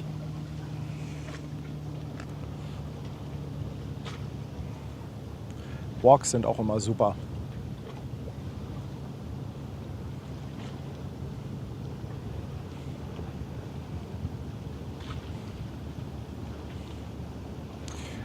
Klausi, die Flagge wirst du irgendwann bei uns im Shop finden. Shop.hamburghafenlive, aber ich habe die noch nicht freigeschaltet, weil erst eine da ist und wir warten darauf, dass die zweite da ist, denn es gibt bestimmt einige, die vielleicht auch beide Flaggen bestellen wollen und das wäre dann doof, wenn wir jetzt erst die eine freischalten. Ich glaube, die haben halt die eine produziert, dann weggeschickt und jetzt produzieren sie die andere erst hinterher. Weil ich hatte mich etwas gewundert, dass erst nur die eine Farbe gekommen ist.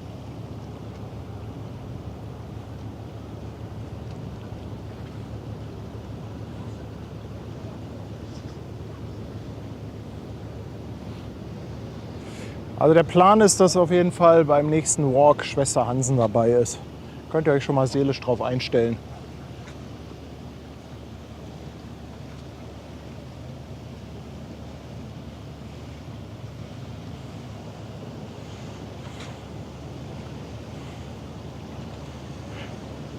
Captain, Soul and Chips, welcome to Hamburg. Yes, weather is perfect. Nice to see you. Reeperbahn-Stream live hatten wir ja schon einmal. Das hatten wir einmal. Das fanden nicht alle gut.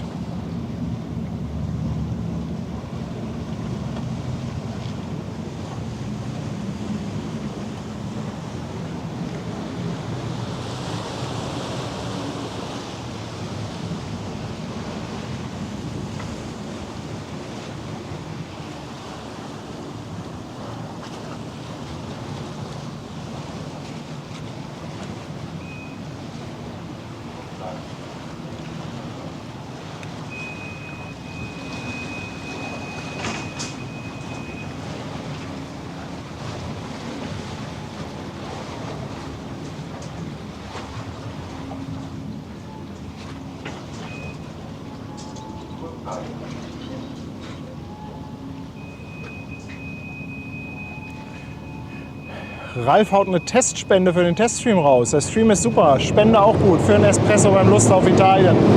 Herzlichen Dank, mein Lieber. 10 €. Danke, danke.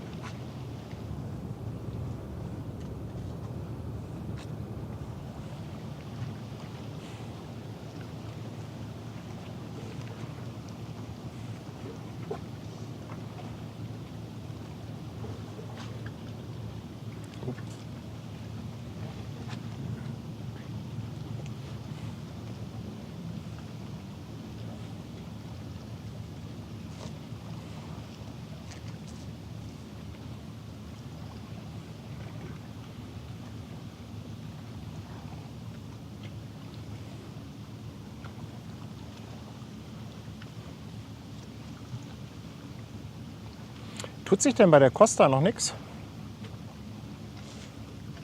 Die scheinen nicht so pünktlich zu sein wie AIDA.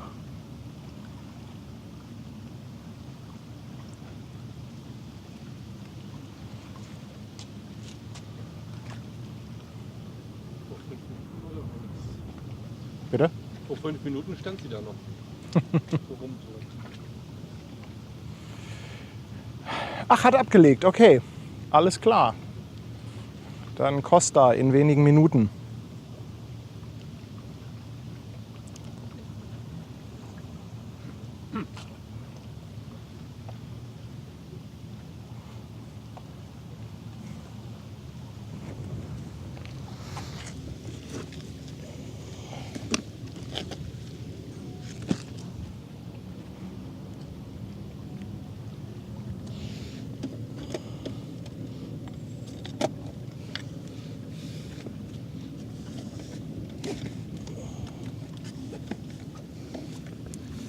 Mal etwas an meinem Power Management hier basteln. So. Also dann in wenigen Minuten das nächste Testobjekt, die Costa Fabulosa. Bei ganz nettem Licht. Svenny, danke dir vielmals. 5 Euro, danke, danke. Michael, der Gutscheincode für ELAS müsste eigentlich noch aktuell sein, ja. Peter auf Twitch ist auch im 3. Monat dabei. Peter, ich danke dir. Ja, und da hinten kommt noch die One Hammer Smith, die braucht aber noch ein bisschen. Oh, hier kommt noch mal die Grasbrook, aber jetzt ist gerade direkt hinterm Dalben.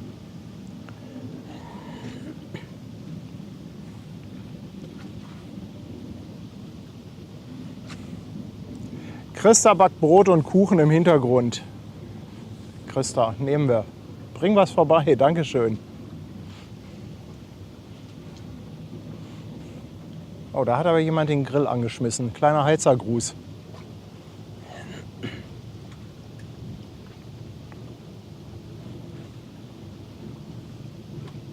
MG, wenn ich jetzt die Drohne hochschicke, dann könnte es wieder sein, dass das sich mit dem Akku nicht so ganz ausgeht. Ich will noch einen kleinen Moment warten. Ihr könnt ja mal Bescheid sagen, wenn sie so langsam rauskommt.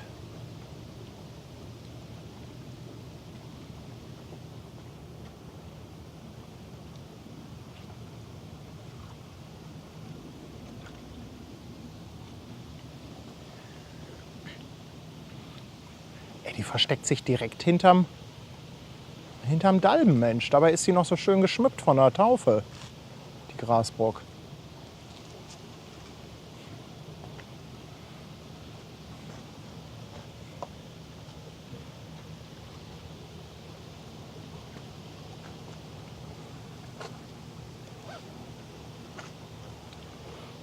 Soul & Chips, yes, Costa Fabulosa is departing right now.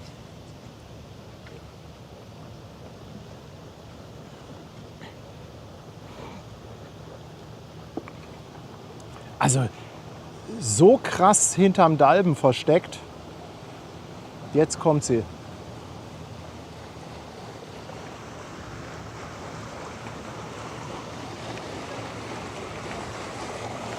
Krass, wie leise die ist.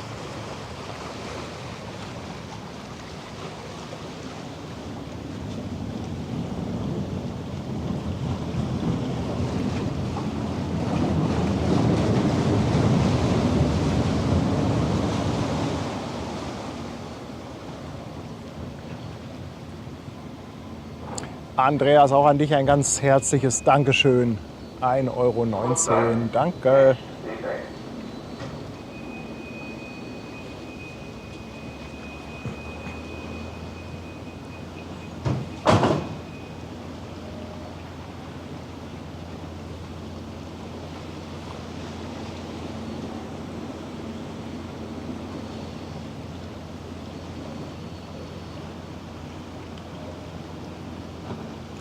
Stefan, insgesamt 3 neue Fähren gibt es. Und ich glaube, es sind auch nicht mehr beauftragt. Ich glaube, 3 waren jetzt beauftragt. Die Grasbrook war jetzt die letzte. Wurde, glaube ich, gestern getauft oder heute? Nee, ich glaube gestern.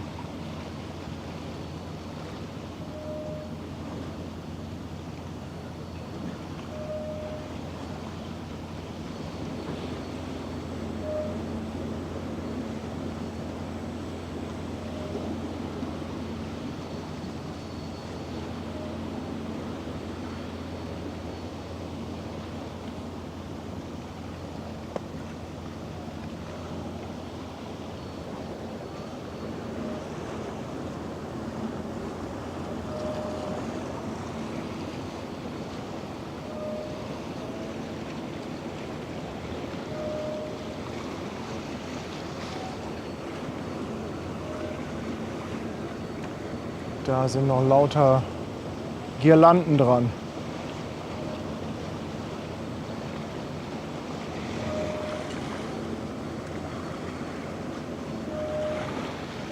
Mit Werbung vom Café Intention.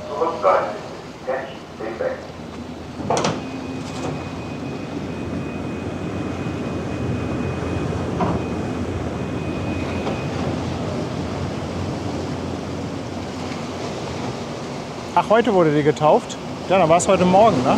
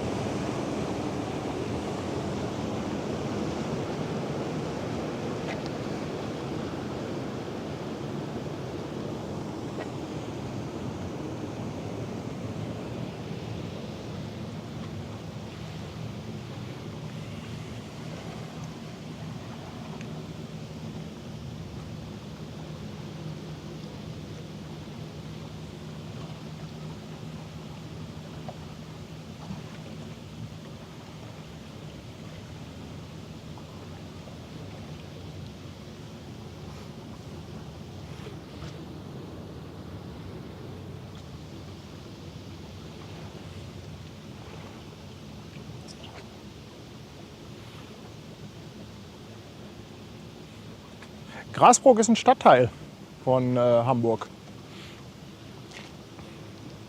Ist quasi so gegenüber von der Hafen City. Also wenn man von der Hafen City über die Elbe guckt. Da hinten ist Grasbrook.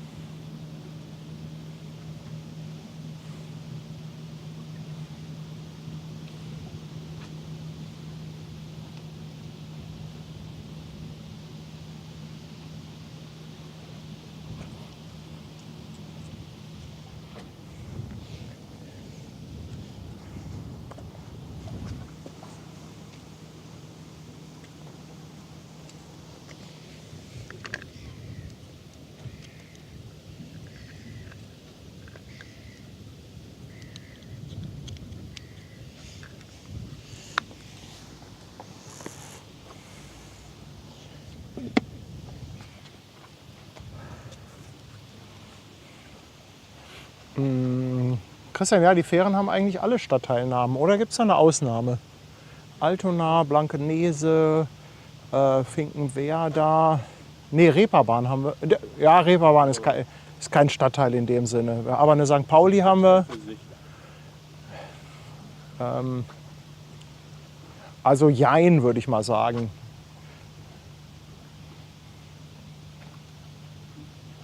Hamburgensier haben wir, Hafen City, Wilhelmsburg, also die meisten schon. Die meisten haben schon Stadtteilnamen. Harmonia, Ja. Hamburgensier. Stimmt, eine Nala gibt es auch.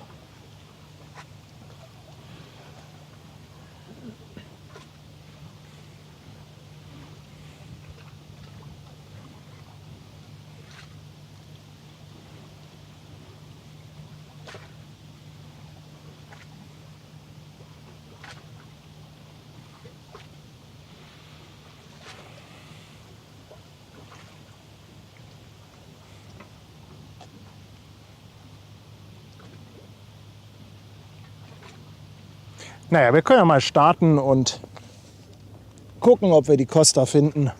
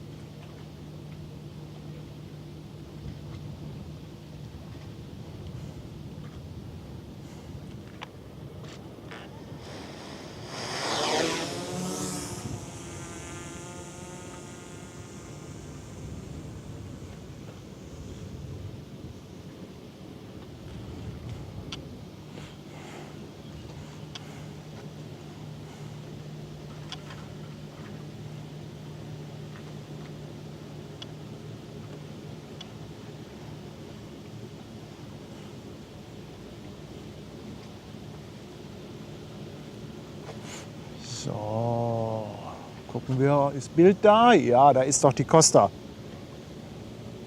Da ist sie.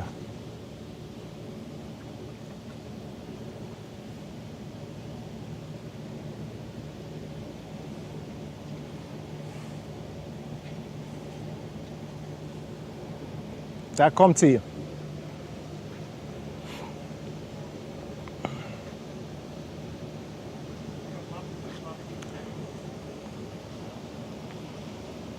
Anina wird auch gerade verholt. Haben wir hier links noch im Bild, links unten.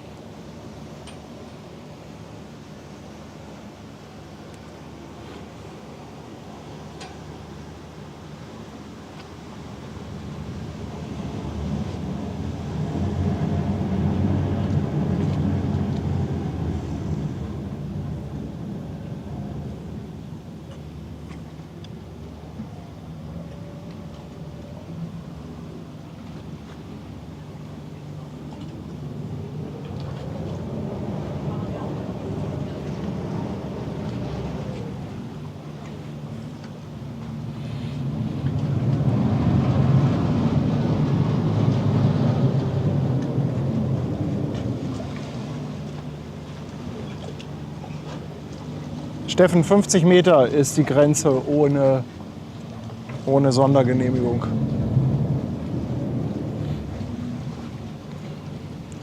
Die grauen Dinger vor der Costa, das sind Fauleier hier von unserer Kläranlage.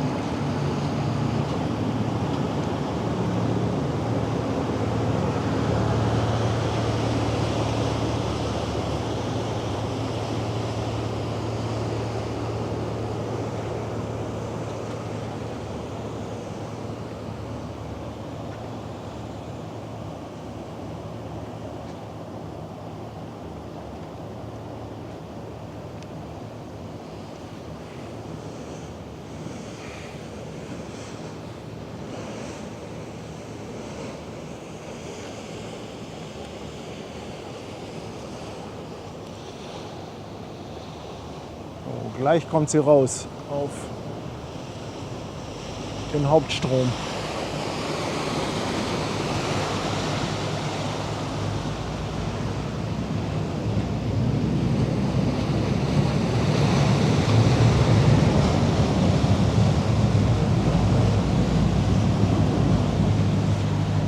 Docram 99, ich danke dir vielmals. Danke, danke für das Lob.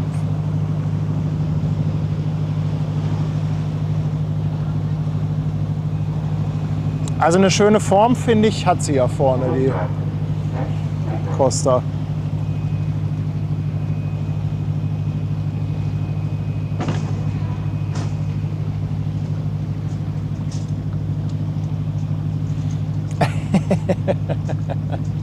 Andreas, ein Heiermann für eine Flasche Pommes mit Senf. Ich danke dir vielmals. Ganz lieben Dank. Mirko on Tour rated rüber. 137 People hier im Hamburger Hafen. Willkommen an Bord. Schön, dass ihr da seid.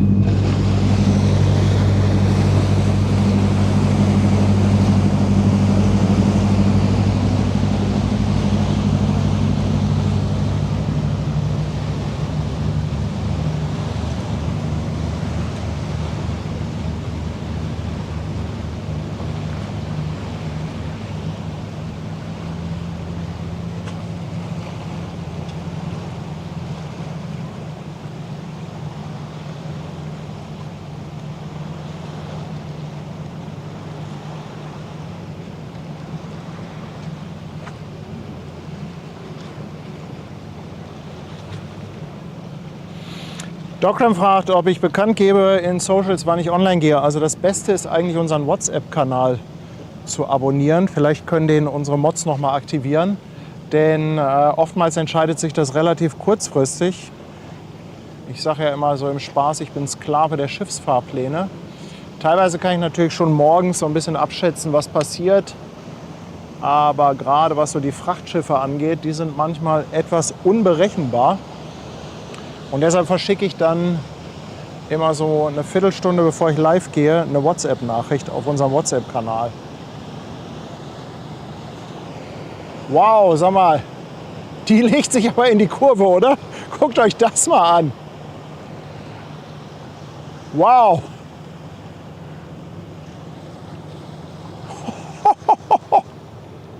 Alter Schwede, was macht die denn da? Guck dir das mal an.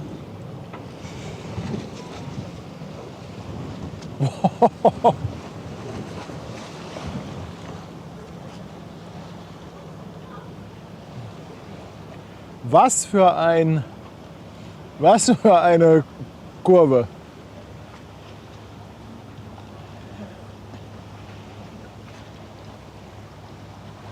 Da wird jetzt aber dem einen oder anderen der Wein beim Essen übergeschwappt sein. Das ist hier ein Schlagzeug. Wow. Jetzt ist sie direkt hinter der Anina.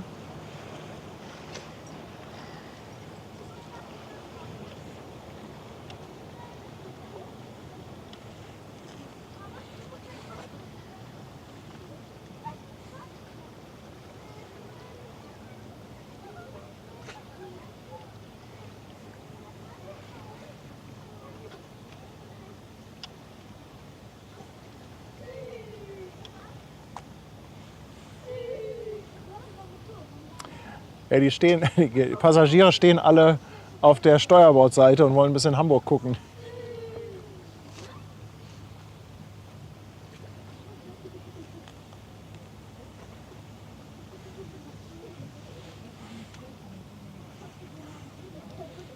Das ganze Gepäck noch so zurechtruckeln.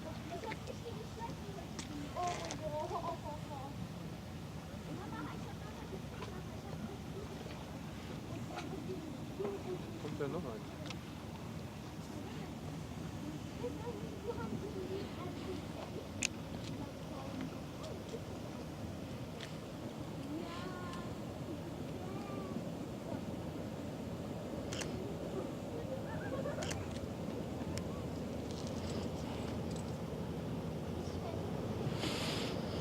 Leute, ich weiß, dass einem das immer auf den Lippen liegt.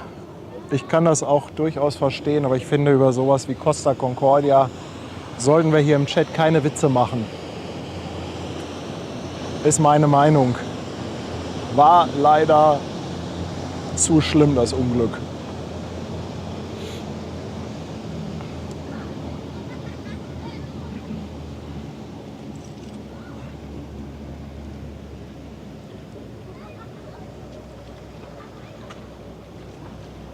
Oh, ja, dieser Seegang wird Ihnen präsentiert von den Hafenlotsen Hamburg. Jawohl.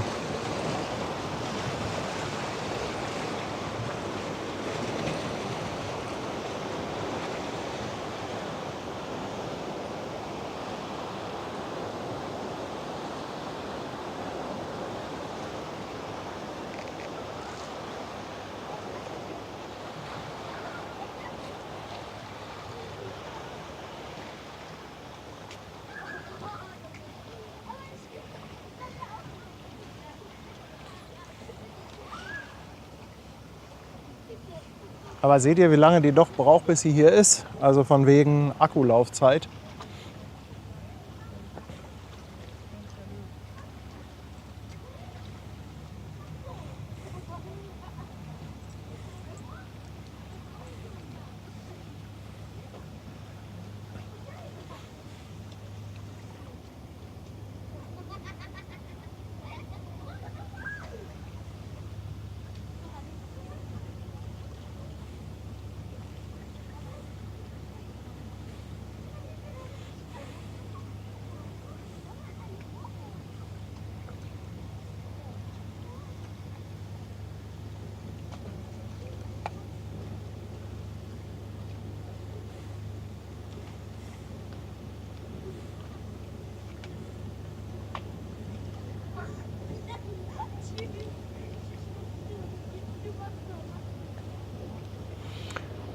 So, One Hammersmith nähert sich auch langsam.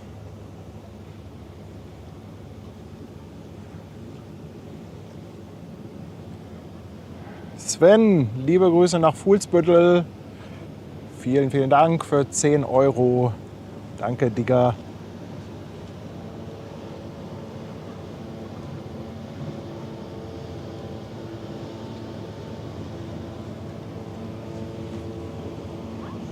Ja, hold on to your rum, shipmates. Ja.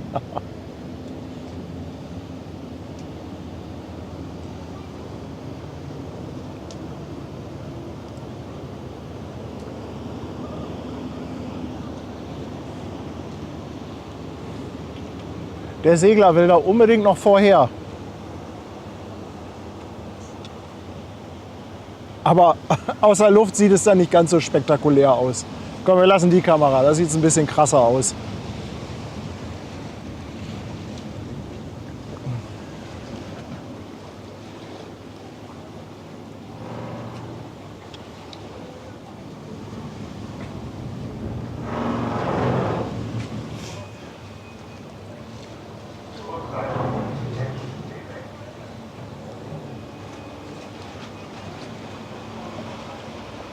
Honda, ich danke dir vielmals.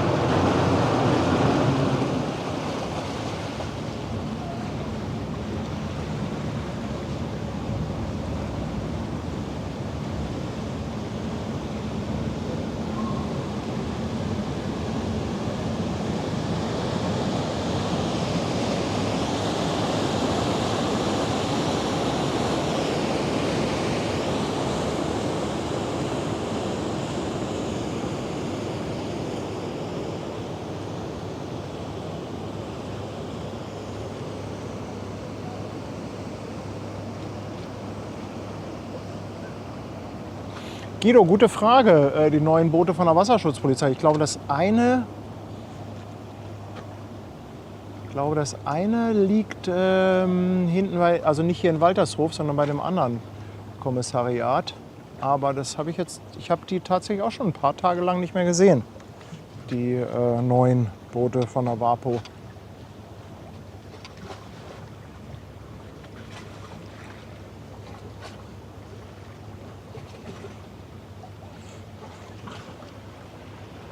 Roma, Dankeschön.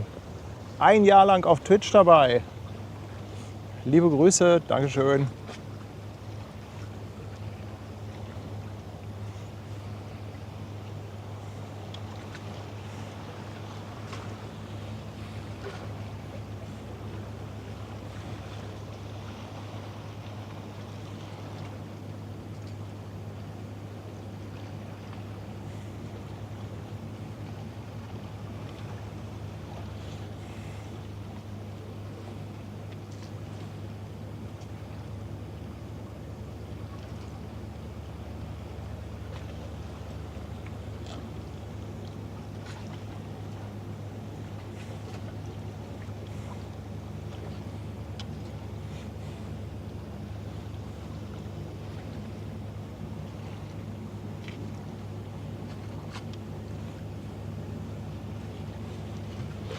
Halonderjet kommt auch von hinten. Aber es macht überhaupt keinen Sinn, im Moment in die Richtung zu filmen. Wir haben da so krasses Gegenlicht.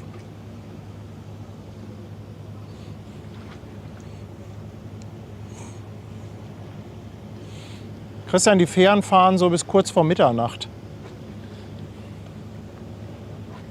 Kommt ein bisschen drauf an, in welche Richtung du willst. Aber ich meine, die letzte geht irgendwie so circa 23:45. Da müssen wir mal unseren Nahverkehrsbeauftragten Nilsi fragen.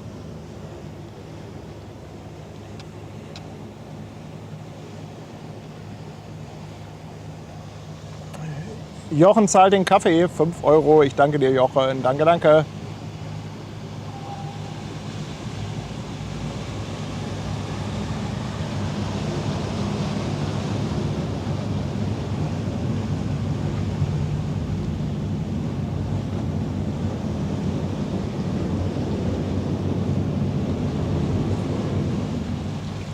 Mike haut auch noch mal 2 Euro raus. Danke, Mike.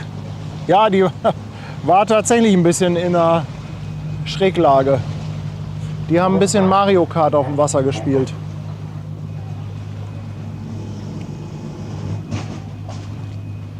Boah, aber das Licht ist doch jetzt schön, oder?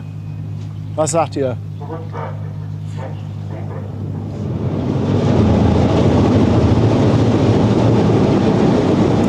Nilsi bestätigt das. Letzte Fähre kurz vor Mitternacht. Zumindest die 62. Bei den anderen Linien müsst ihr nachgucken.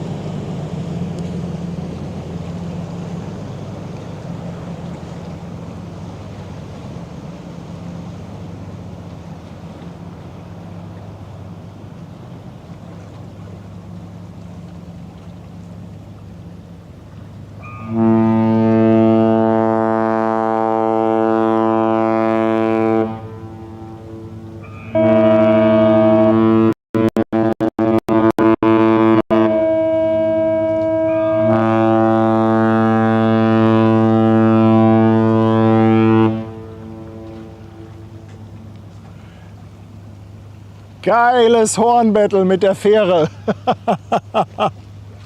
Sensationell. Absolut sensationell.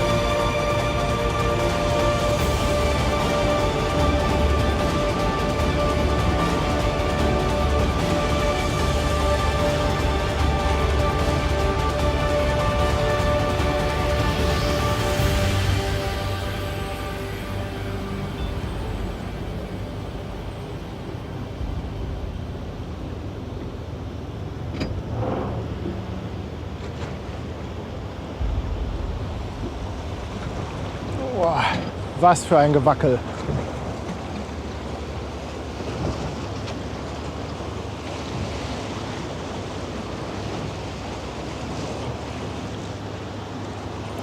Und jetzt haben wir die Begegnung mit dem Malunda-Jet.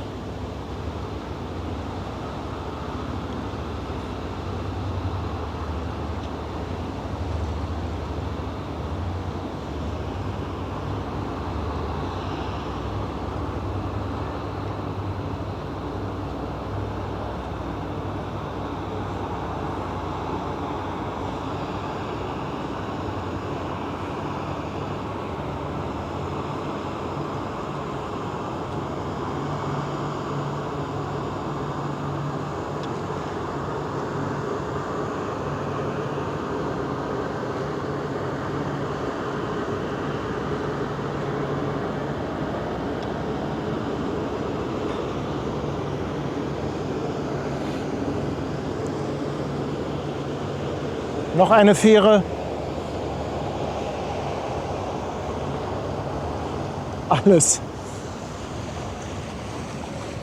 Alles wieder auf einmal. Ach, da ist Halunda Regina drauf. Ja, da müssen wir doch noch mal zeigen, oder?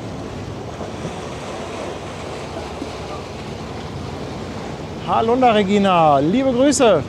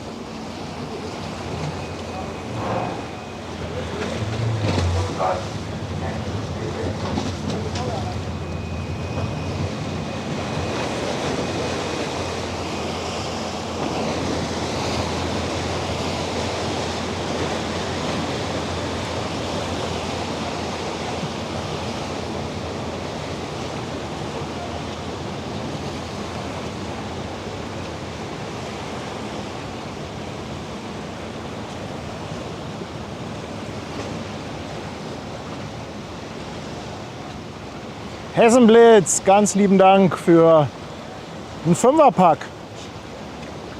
Danke, danke. Und der Baumkobold lässt ein Prime-Sub da auf Twitch. Dankeschön. Danke, ihr Lieben.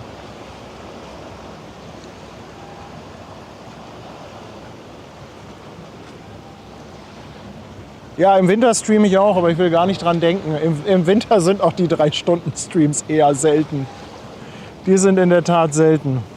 Aber guck mal, die legt sich schon wieder so in die Kurve, oder? Täuscht das jetzt nur bei dem Winkel?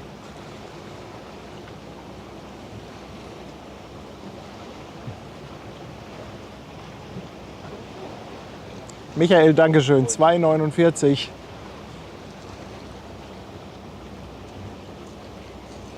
Immer wieder schön. Ja, also ich finde es selber immer wieder schön.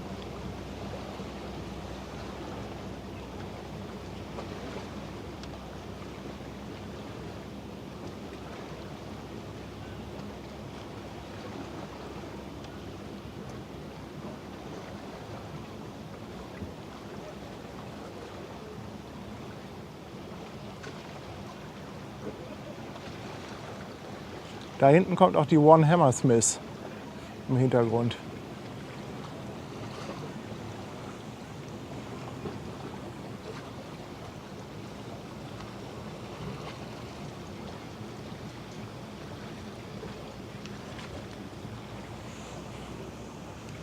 Und währenddessen dübelt der Halunda Jet nach Hamburg rein.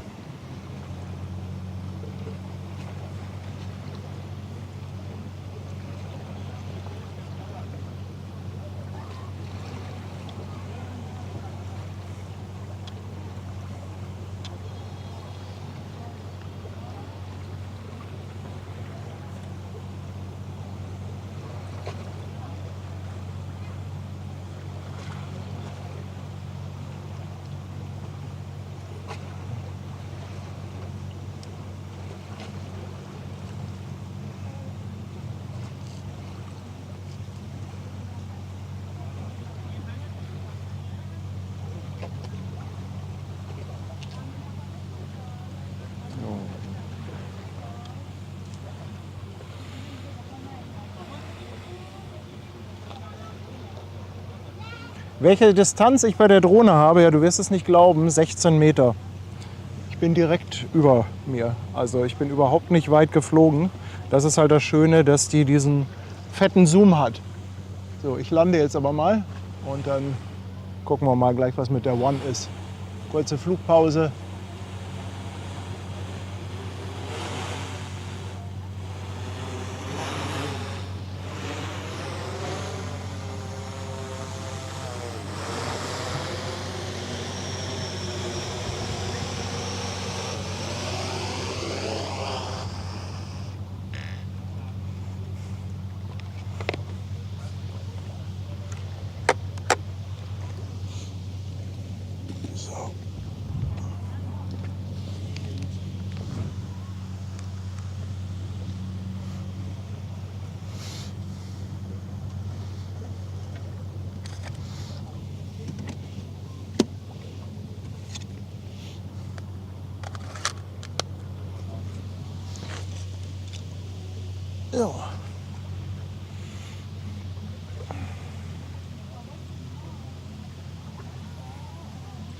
Ja, warum haben wir so schönes Wetter in Hamburg? Das ist eine gute Frage. Das ist morgen, soll das auch leider schon wieder vorbei sein.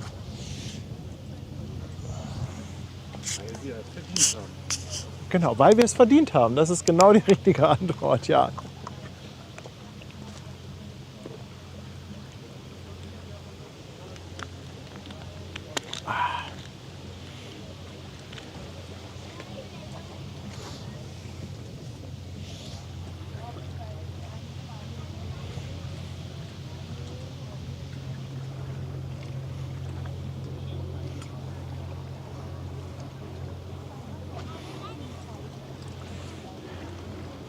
So, da sehen wir im Hintergrund schon die One.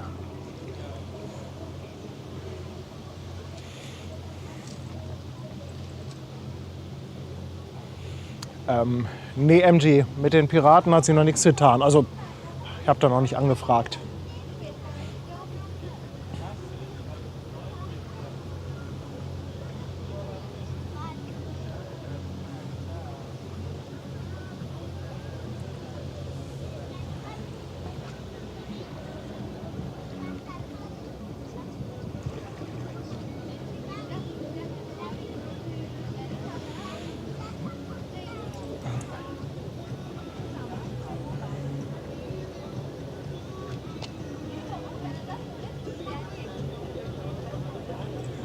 Aber besonders groß ist die Hammersmith nicht, oder? Was hat die? 270, 280 oder so? Oder ist sie über 300 Meter?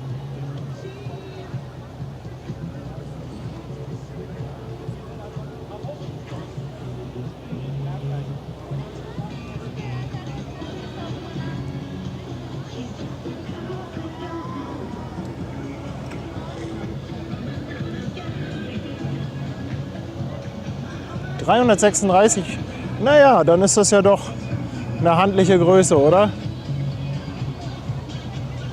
Aber die wird höchstwahrscheinlich zum CTA gehen. One geht eigentlich mit den kleineren Schiffen immer zum CTA. Das heißt kleinere Schiffe, handliche Größe. 336.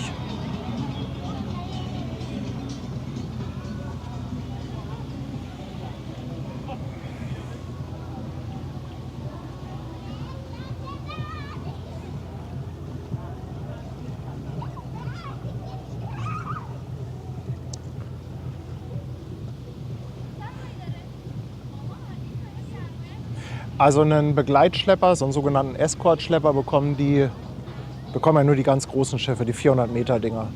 Selbst die 366er bekommen, glaube ich, nicht zwingend immer schon einen Escort-Schlepper. Ja, hier ist gerade so eine kleine Partybarkasse durchgefahren.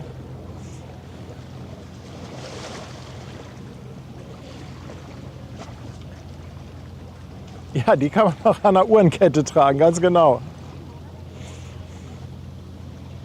Habe ich eigentlich meinen Einspieler noch? Ich hatte doch so einen schönen Einspieler. Was ist denn der eigentlich? Wo ist der denn geblieben?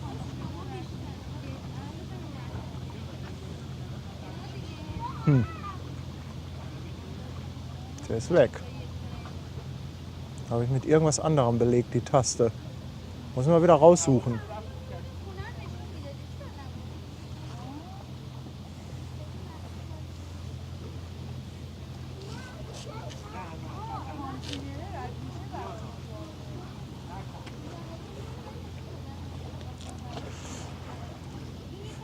Aber vielleicht kennt ihr ja unsere Sticker noch nicht. Also falls ihr Bock habt auf ein paar WhatsApp-Sticker oder für WhatsApp und iMessage funktionieren die. Gibt 2 Pakete, einmal animierte und einmal nicht animierte Hamburg Hafen Live Sticker. Schaut gerne mal rein. Kostet nix.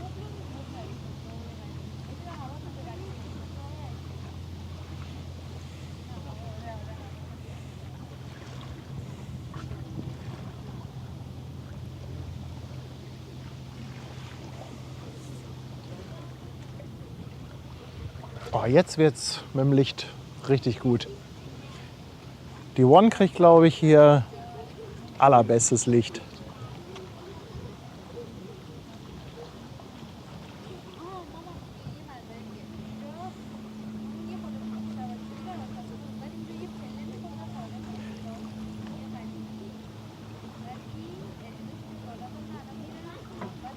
Hupt die da hinten noch mal rum, die Costa? Irgendwas meine ich da gehört zu haben. Ja, ne? Irgendwas war da. Irgendein Gehupe.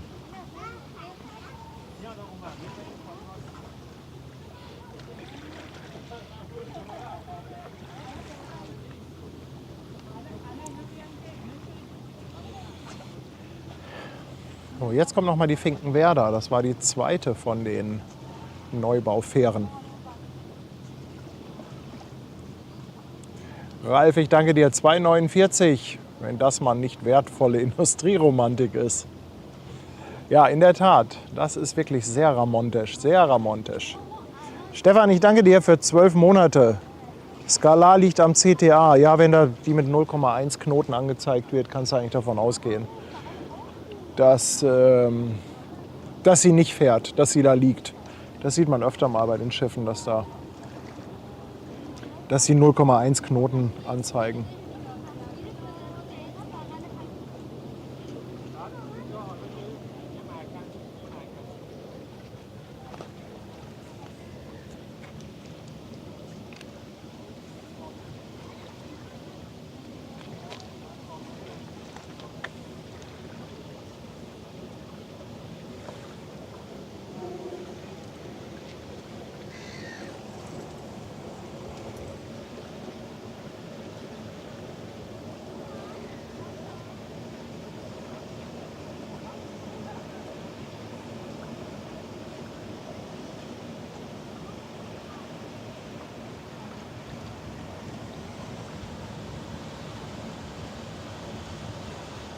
Katrin, es muss ja nicht immer ein Kussmund sein.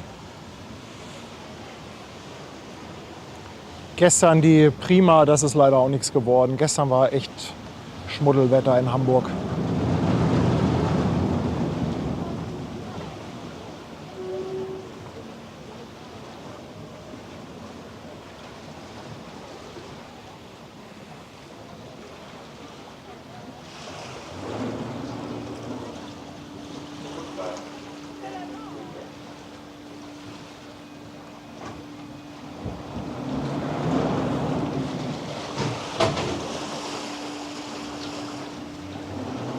Echt schön leise, die neuen Fähren.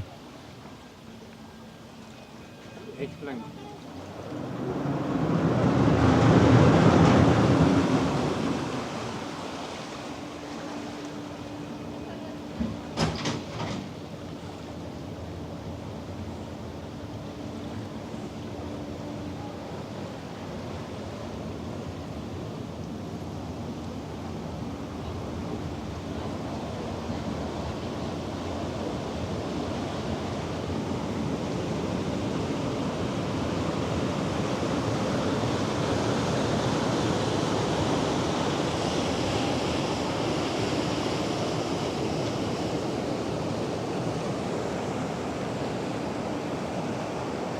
Ja, eine Frachtschiffreise habe ich dieses Jahr in der Tat auch geplant, aber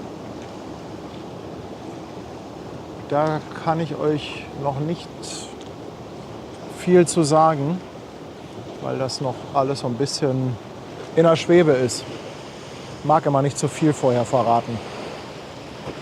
Auch Eva, das ist aber lieb. Endlich mal eine.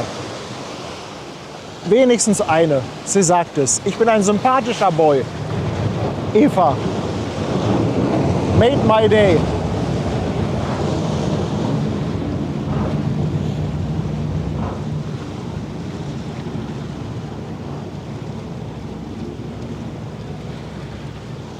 Oh, der ist ein bisschen übers Ziel hinausgeschossen.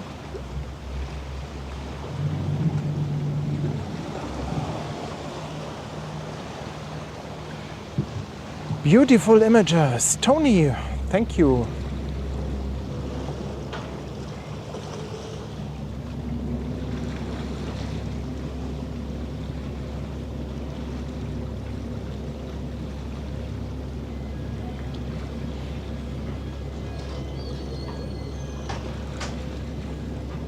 Ja, da hatten wir heute alle 3 Generationen von Fähren.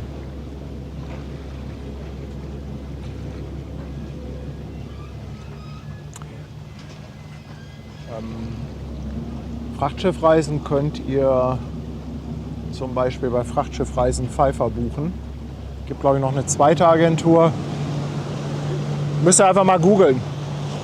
Frachtschiffreisen. Boah. Endlich mal wieder ein bisschen Sonnenuntergang.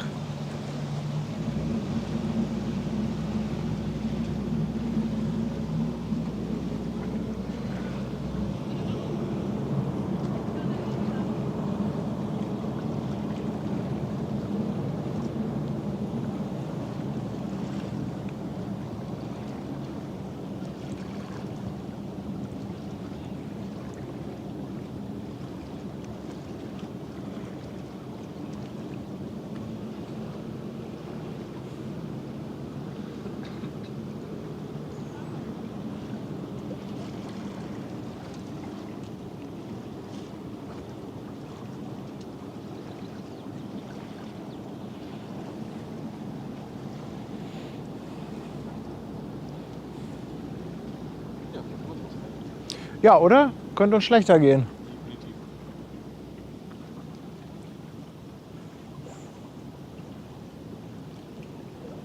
Also lichtmäßig passt das, glaube ich, richtig gut mit der One.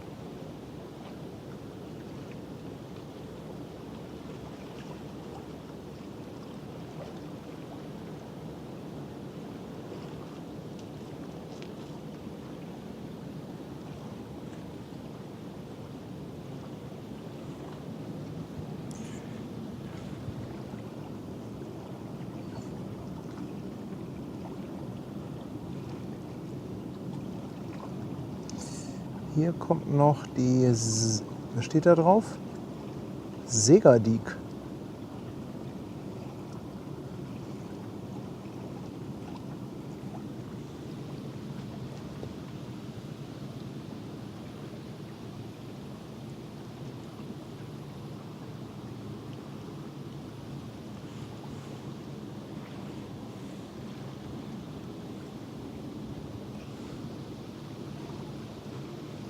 Ja, bei der One im Hintergrund, das sind Schornsteine. Die gehören allerdings nicht zum Schiff.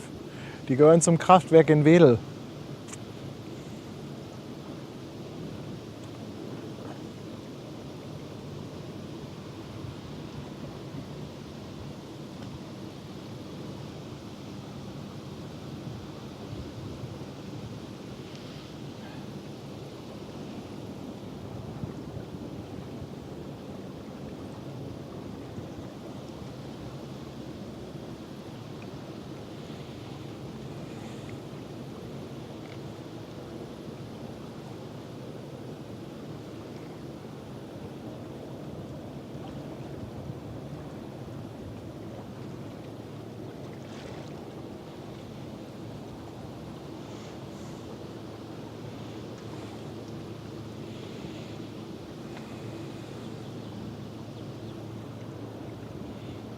Micha,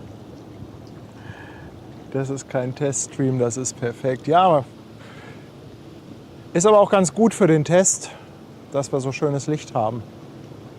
Aber mit Testen sind wir ja weitestgehend fertig. Vielleicht muss ich dem Stream noch einen etwas anderen Namen geben.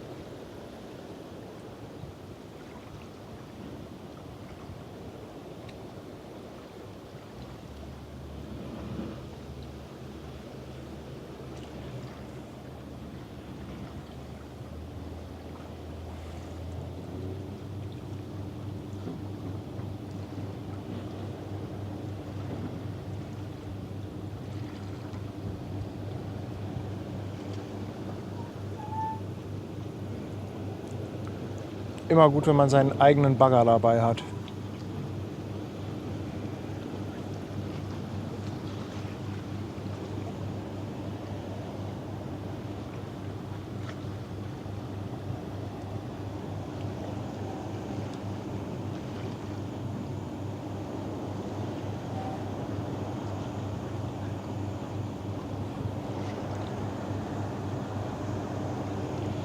Hans schiebt.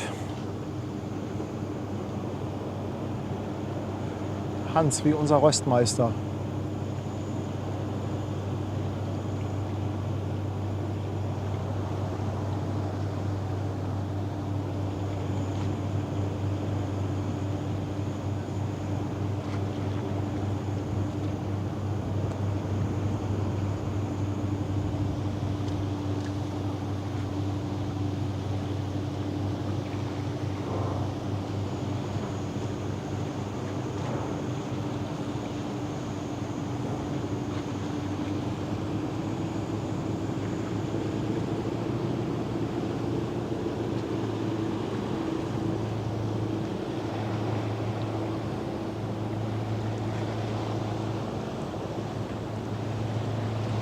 Das ist ja auch ein süßes Boot hinten drauf.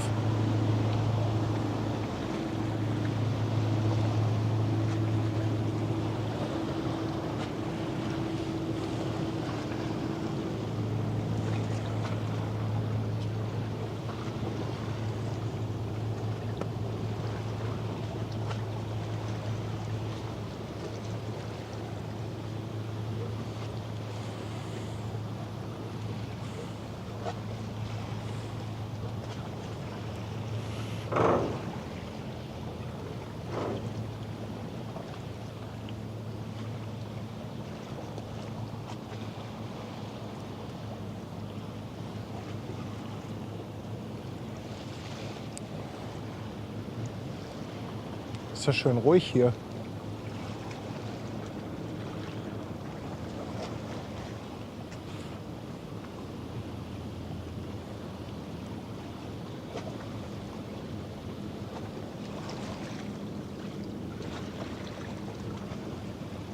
Nur Sophia Soraya oder Kaya Josephine fehlen heute.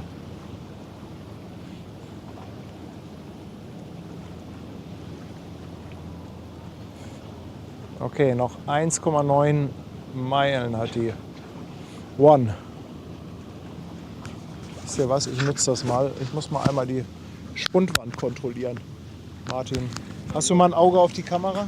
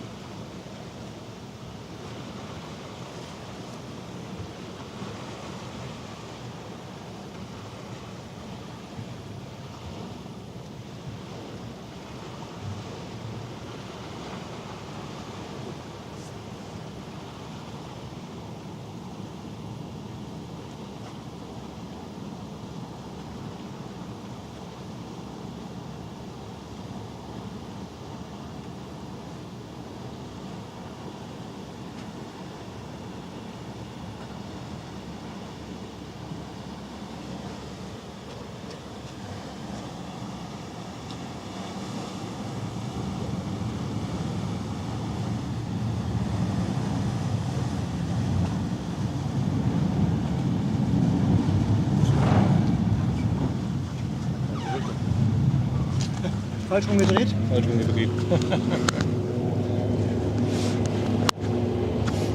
So, da bin ich wieder. Ja, mal die schöne Form von dem Schiff. Ja, herrlich.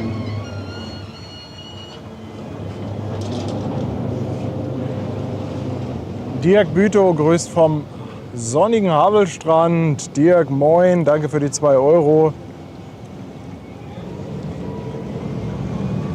So, hier drauf gehen.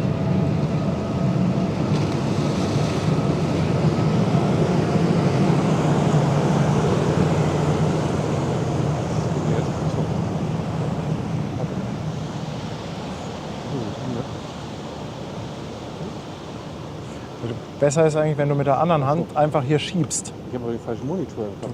Oder im Gesicht. Ne, es ist jetzt auf der 2, genau. Ja, okay. Und jetzt können wir wieder Deswegen auf sage die, ich da nichts. jetzt können wir wieder auf die 1, genau. Das ist logisch. Ja.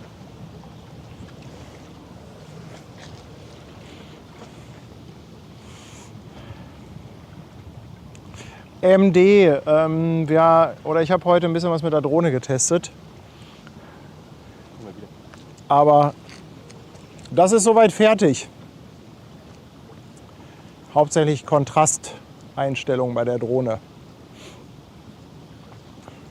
Aber das sieht jetzt ein bisschen besser aus als vorher.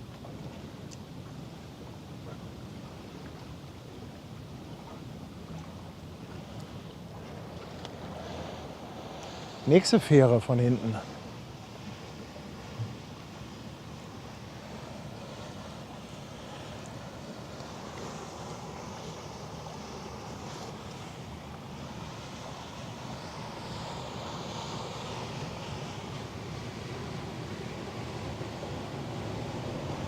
Jannik wünscht sich ein Horn, was selten gespielt wird. Soll ich mal gucken nach irgendeinem Horn, was ich relativ selten abspiele? Ja, kann ich mal gucken.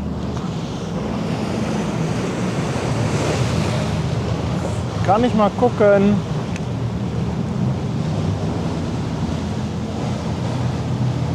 Ups. So, was haben wir denn da? Guck mal hier.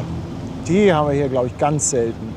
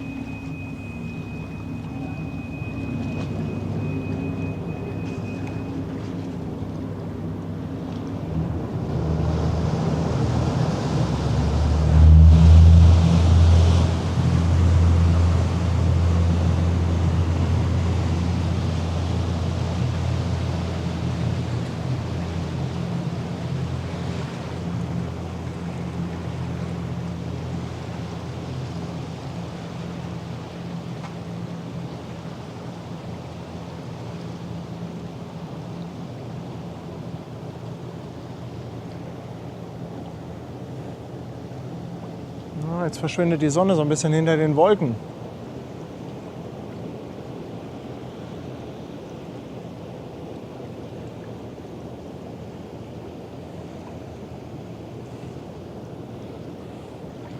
Ja, dann will ich noch mal schnell die Drohne klar machen.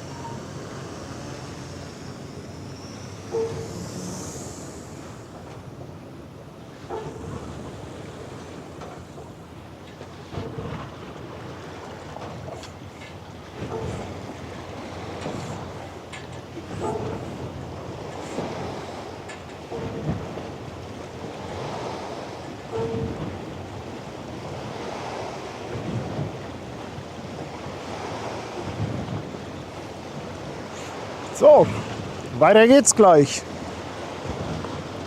mit unserem Final Ship.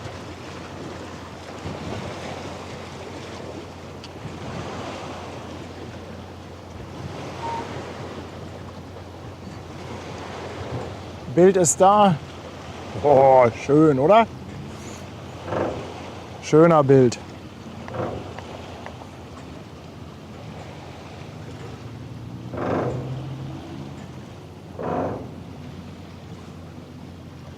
Big Kai möchte unbedingt das Landen sehen. Ja, ich muss gleich mal... Also von der Drohne aus willst du das sehen, oder? Dass ich die Drohne anlasse. Oder was möchtest du sehen?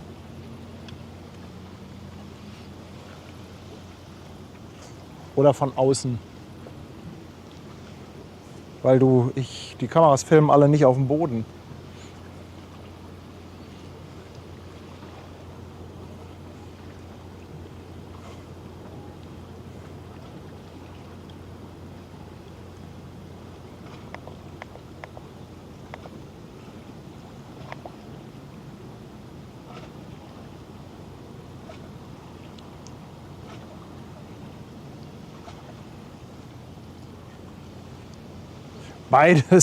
Beides geht leider nicht.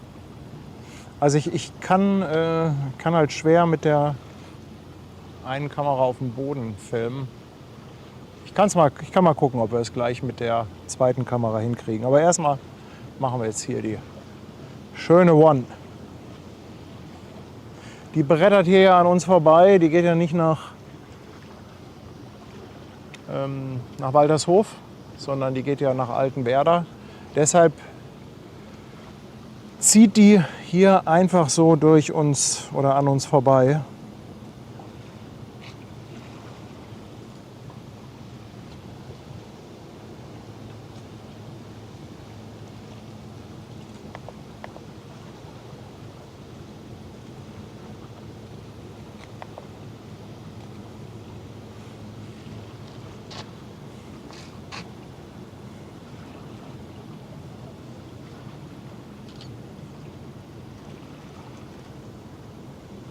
Ah, schade.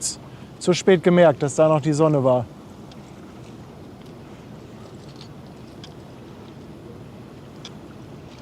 Aber komm, hier haben wir noch ein bisschen Kitsch.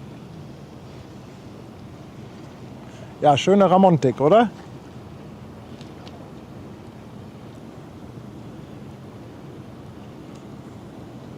Eine sehr schöne Ramontik.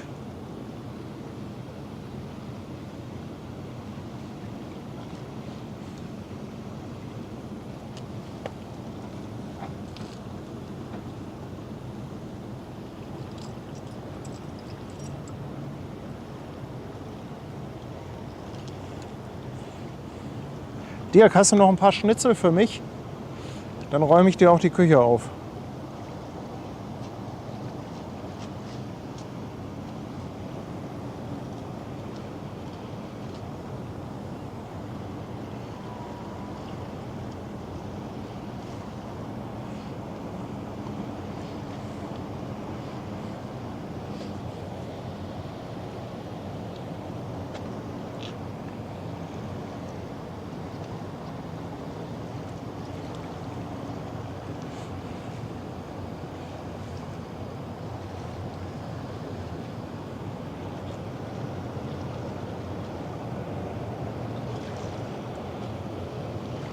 Boah.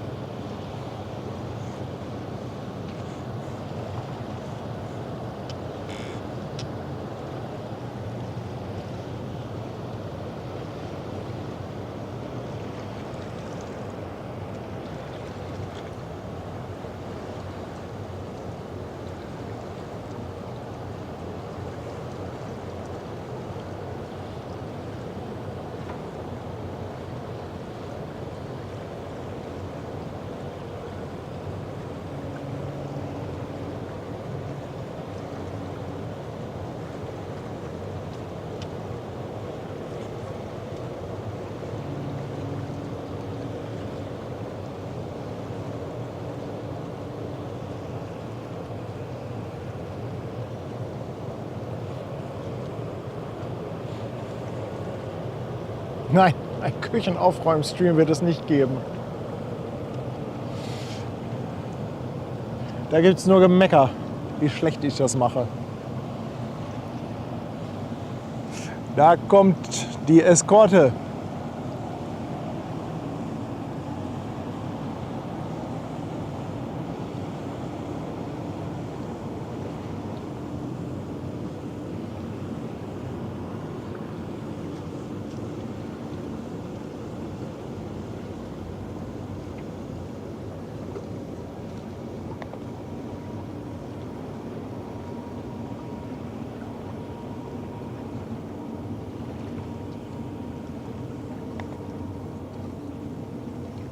Ups, jetzt drehe ich hier noch verkehrt.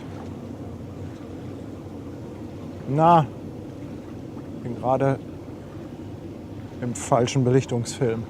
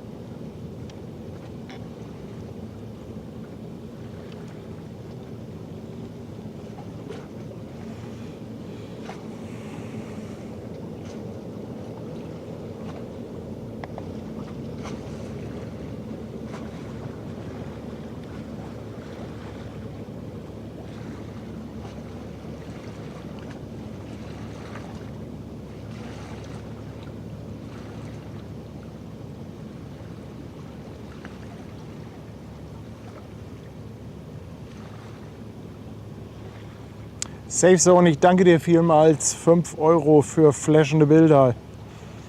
Ja, dieses Magenta Pink ist aber auch echt dankbar.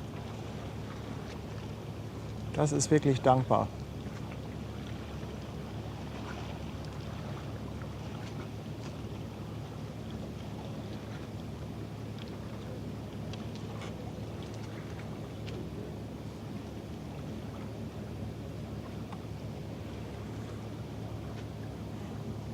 Oh, der ist aber ein bisschen dunkel.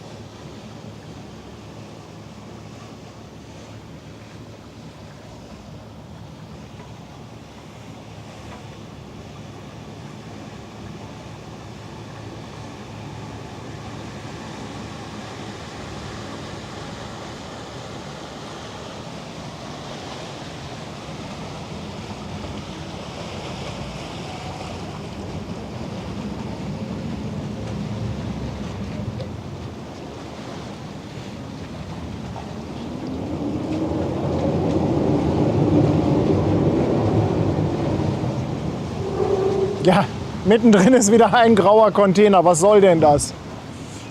Das triggert einige wieder ganz hart. Geht doch gar nicht, oder? Mittendrin so ein grauer Container.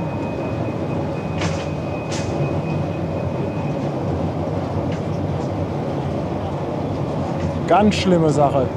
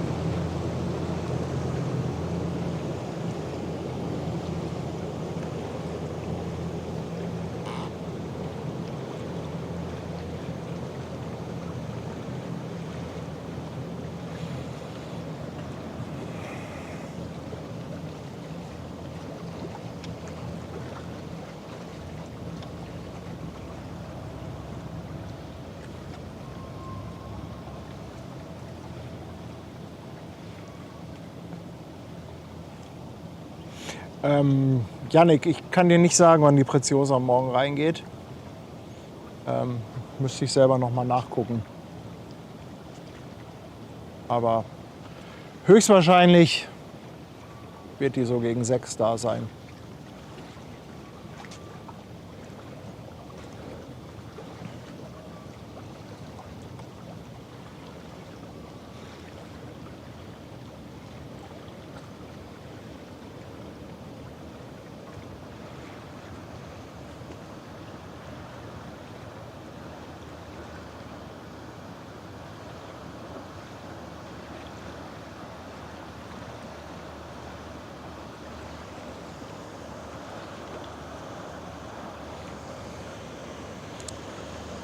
Immer wieder schön. Einfach so ein pinkes Etwas.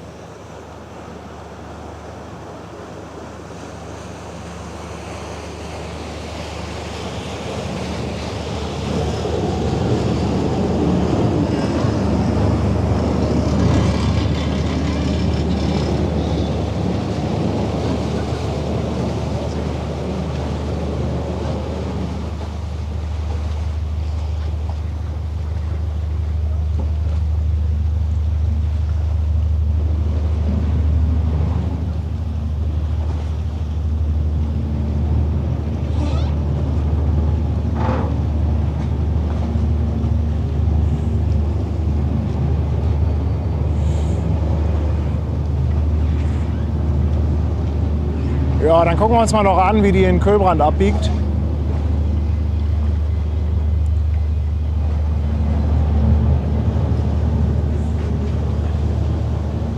Dirk, ich danke dir vielmals, 2 Euro.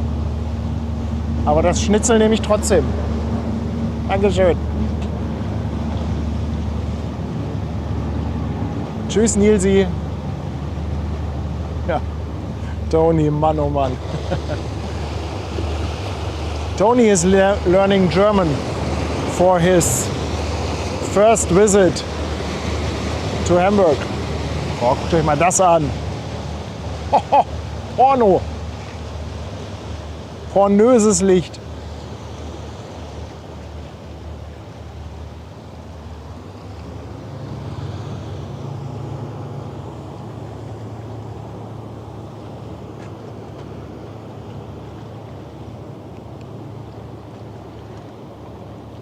Geht, oder?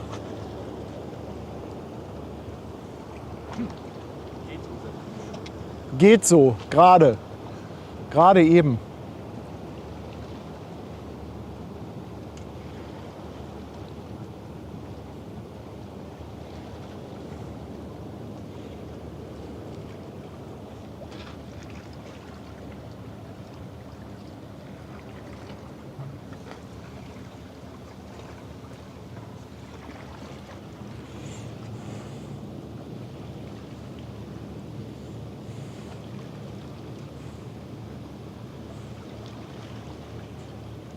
Krass, wie dunkel man die Kamera drehen muss, um die Sonne so einigermaßen richtig zu belichten.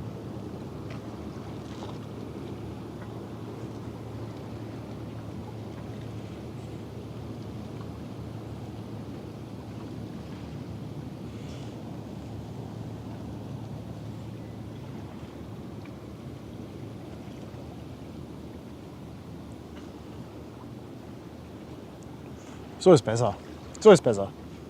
Ja, wow, ganz genau. Wow, wow, wow. Mega Licht. Hatten wir schon lange nicht mehr, ne?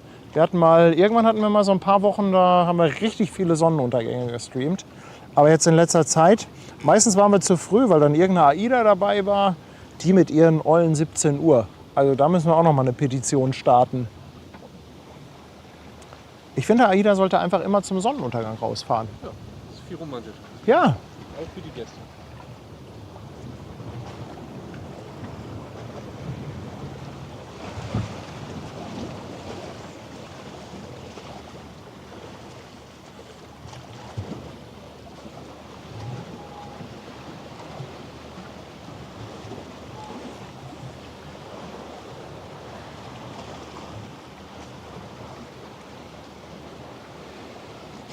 Keks ist entzückt. Ja, das freut mich doch.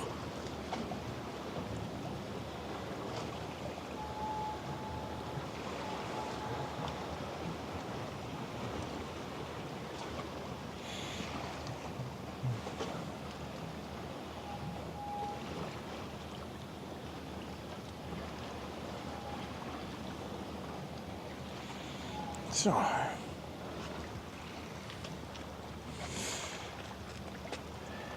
Ja, die One hat Ruder aufs Steuerbord gelegt, biegt ab in den Köhlbrand.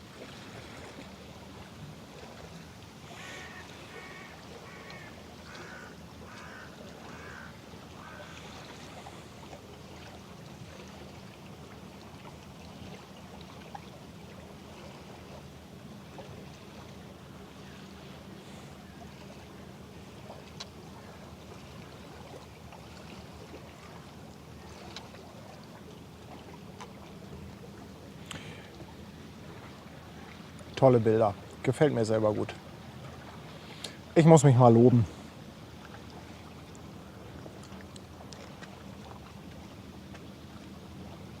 Gefällt mir. So, jetzt wollte irgendjemand Big Kai war das, ne? Wollte doch sehen, wie ich lande. Ich weiß zwar nicht, was daran so spannend ist, aber machen wir. Mal gucken, ob ich hier irgendwie... Ja, es ist natürlich jetzt vom Licht gerade etwas doof.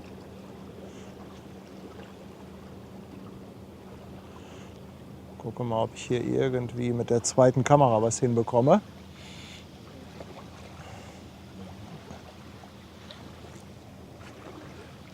Ja, Silvio, lob dich mal. Genau, darf ich doch auch mal, oder? Darf mich doch auch mal loben. Dann gehen wir mal in den Landeanflug.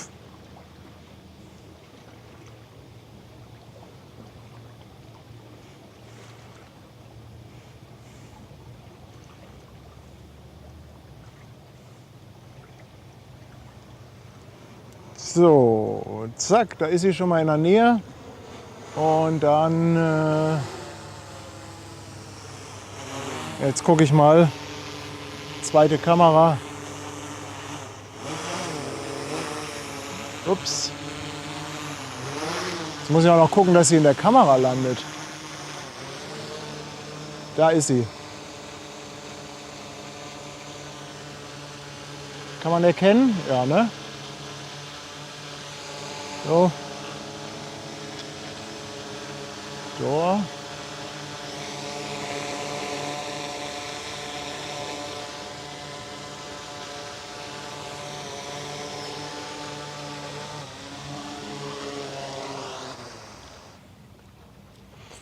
Zack, unten.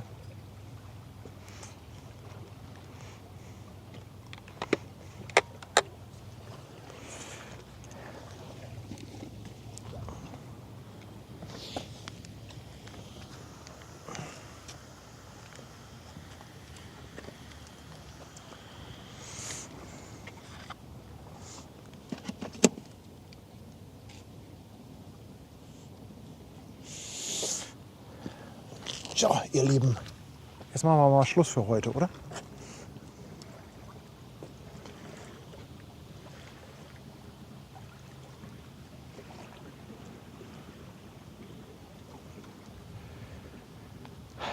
So, Test erfolgreich. Also, wieder ein Problem, na, ich will nicht sagen gelöst, aber zumindest gelindert. Also das Bild von der Drohne sieht jetzt deutlich besser aus, ist noch nicht perfekt, aber dafür, dass es live ist und man keine Möglichkeit hat, dann nochmal im Detail einzugreifen, bin ich ehrlich gesagt schon ganz zufrieden. Puh, ich dachte schon, ich muss sie in die Elbe schmeißen. Vielen Dank, dass ihr dabei wart, dass ihr das mitgemacht habt. War, glaube ich, ein schöner Teststream, also in alter Teststream-Manier. Ordentlich Verkehr dabei, richtig schönes Licht, alles spitze. Fetten Dank natürlich an unsere Moderatoren. Wer war denn alles da? Mensch, Remo hat heute technisch fett Unterstützung gegeben. Antje war dabei, Kirsten war dabei, Tanja war natürlich dabei, Schwester Hansen habe ich gesehen. Ja, und The Machine, Sebastian Kolze. Vielen, vielen Dank, dass ihr unterstützt habt. Danke natürlich auch wieder, dass ihr für den Kanal ordentlich was in den Pott geworfen habt, sowohl auf Twitch als auch auf YouTube. Ganz, ganz, ganz, ganz dickes Dankeschön dafür. Ich sende ganz viel Liebe. Bis zum nächsten Mal. Tschüss, ihr Lieben. Over and out.